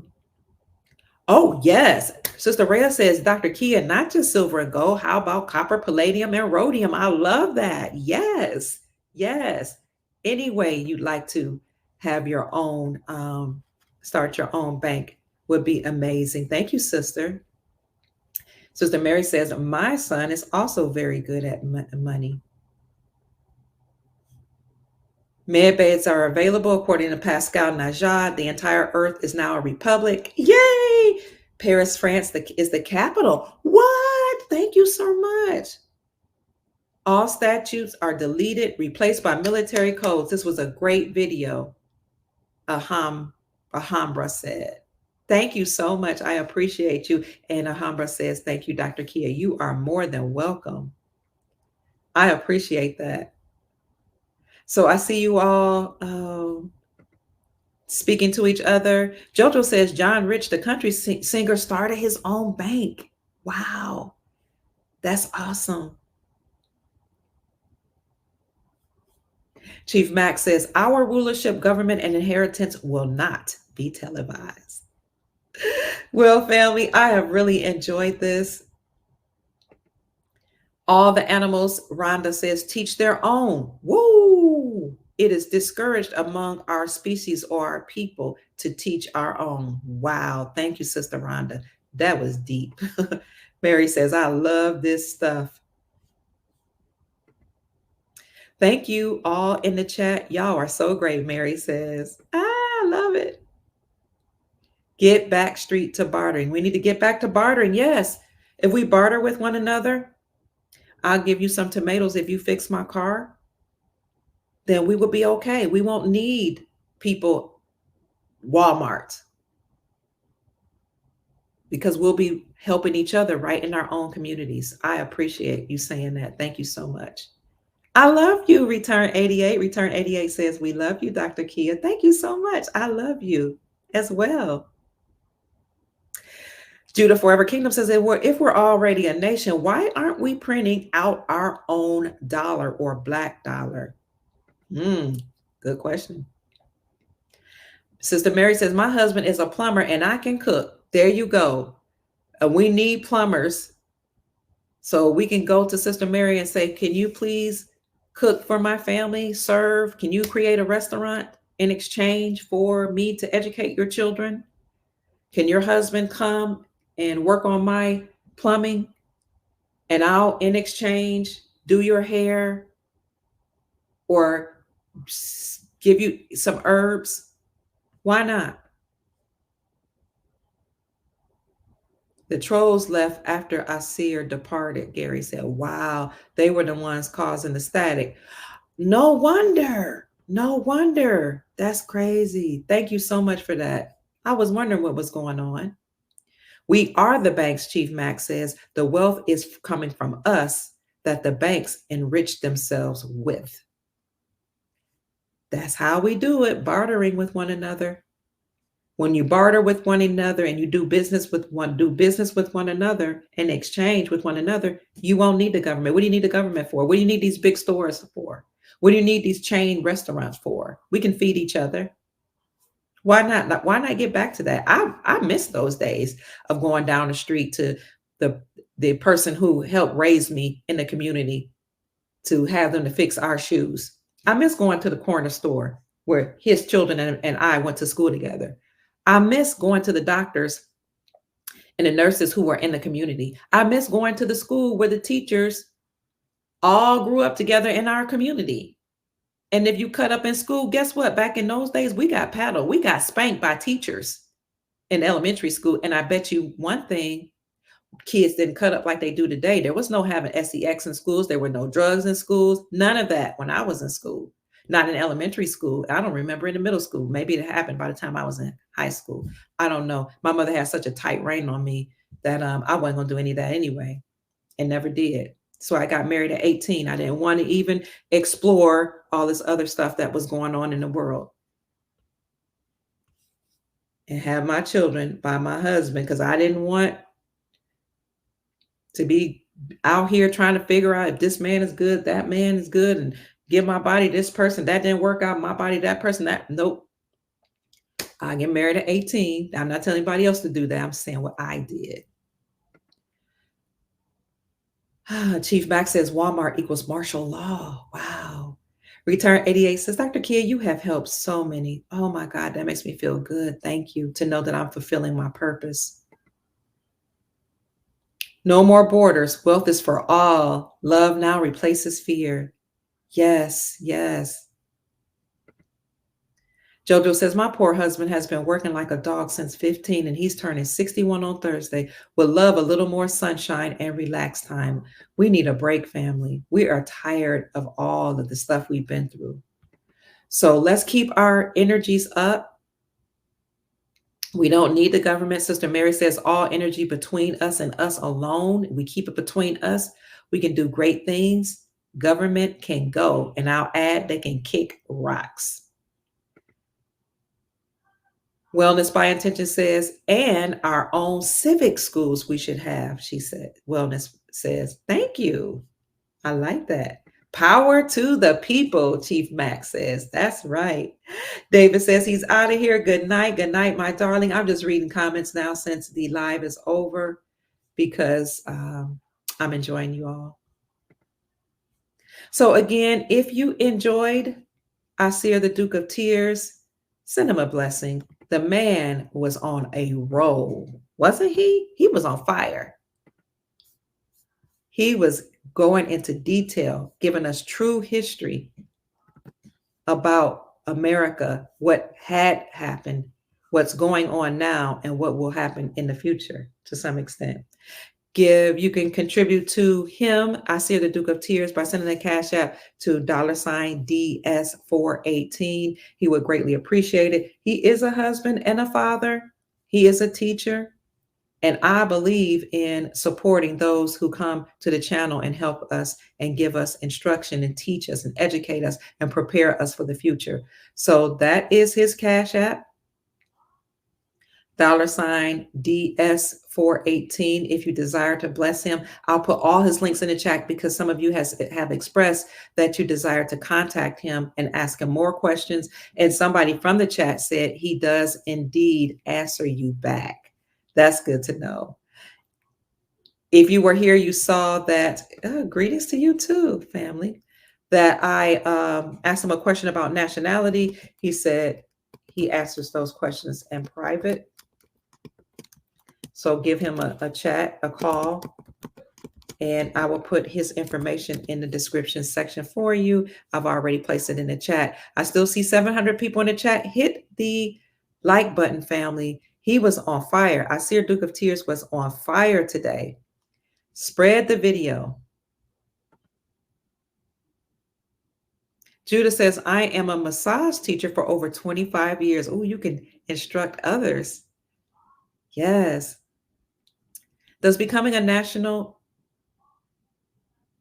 open your trust to you? Sister Rhea asks. I would say contact Aseer the Duke of Tears because I know a little bit about nationality, but not enough to teach it. So please reach out to Aseer the Duke of Tears, and we're going to have him to come back on when he gets the time. I'm going to put up his information for you, sister. And then Chief Mac may come on at some point when he gets the time to talk more about operating in trust. Here's Aseer the Duke of Tears number for you, Sister Rhea. I mean, not his number, but his Gmail. So you can contact him and ask some questions like that. We have 698 people in the chat. Please hit the like button, subscribe to the channel, share the video. Chief Max says he changed his status. All right. Wellness by Intention says, Dr. Pruitt, I thank the Most High for your erudition and the Dukes. The law of gratitude is my duty, my duly invoked. I love you so much. Thank you. And Mary says, I'm so glad to meet you all. Mary, it's an honor to meet you. Thank you for being here. I think you said you're new to the channel. It's your first live. I am so appreciative for you joining the show. And thank you for asking questions and participating in the chat. We welcome that. You are a part of our soul family.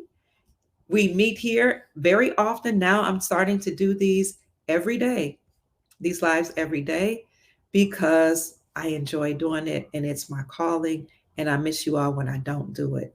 So again, if you want to contact Aseer, here's his information, dukeoftears@gmail.com. I see you all talking to each other. You can send him a blessing, a love offering here, $DS418. To support his work. It takes a lot. Do you know it? Did you hear all those books he was just rambling off at the top of his brain and all that information and dates, times, people, historical facts? And he did it in a timeline of succession. That means he's taken thousands of hours and years to read, study, to understand and understand it for himself and enough to be able to teach it. That was phenomenal. So if you can support his work, send him a blessing, please, to $DS418. He would greatly appreciate it. And I will have his wife to come on as well to talk about her products, skincare, hair care, all organic, all healthy. Rachel says, I shared your morning video with over 40 or 50 people. Thank you so much, sister. You are such a great teacher. I have been a massage therapist for 42 years and grateful to be able to barter at times. I know that's right. So that's a blessing. If you all need a masseuse and y'all want to barter, contact Rachel Rose. You can leave your information in the chat, sister. If you'd like to. Love Being Nubian says, yes, I would love to get the titles of those books that he mentioned. So family, please look over the video. How do you say it? Rewind the video or replay the video and listen to all the books that he was able to ramble off. I don't want to say ramble, but utter off the top of his head. Historical books giving us information. I thought that was beautiful. So that's it, family. My name is Dr. Kia Pruitt. We've been on for almost 3 hours. I'm hungry. I know you all probably are too. I hope you enjoyed the show. I hope you took a lot of notes. Please record the video, download it. If you haven't recorded it, store it away in case it's taken off of YouTube, because they did remove one of my videos the other day. And this is the third channel, I believe, YouTube channel that I've started. They've taken away 2 other channels, but you know what? To whom much is given, much is required. God has given me this mission, this passion to come here to share knowledge and information with you all, to share joy and love and peace, and to bring on people who will do the same. So I'm so happy that you all indulge me and allow me to give you this information. Sister JoJo said, go and enjoy your late dinner. Thank you, Sister JoJo. That's it, family. If you desire to support Dr. Kia Pruitt's work, you can send in a love offering to Cash App, $ Mama Kia 13. That's $ MAMAKIA 13. And that's it for this evening. I am tired. I am hungry. Chief, I'm going to give you a call. You know, I try to call you every night if I can. Family, I love you so much. My name is Dr. Kia Pruitt. I trust that I said something to raise your vibrations and inspire you to create the most amazing, magnificent life that you desire and deserve. Go sleep well, family, and safe travels in your dreams tonight. We should have some news in the upcoming days, because Tuesday is a day that they love to make good special announcements. So let's see what happens tomorrow and Wednesday and in the days to come. Any news that I hear coming out, I'll be sure to break it as quickly as I can and come on and share it with you. So that's it, family. Good night, sleep well, and have a wonderful evening. Mwah. I love you.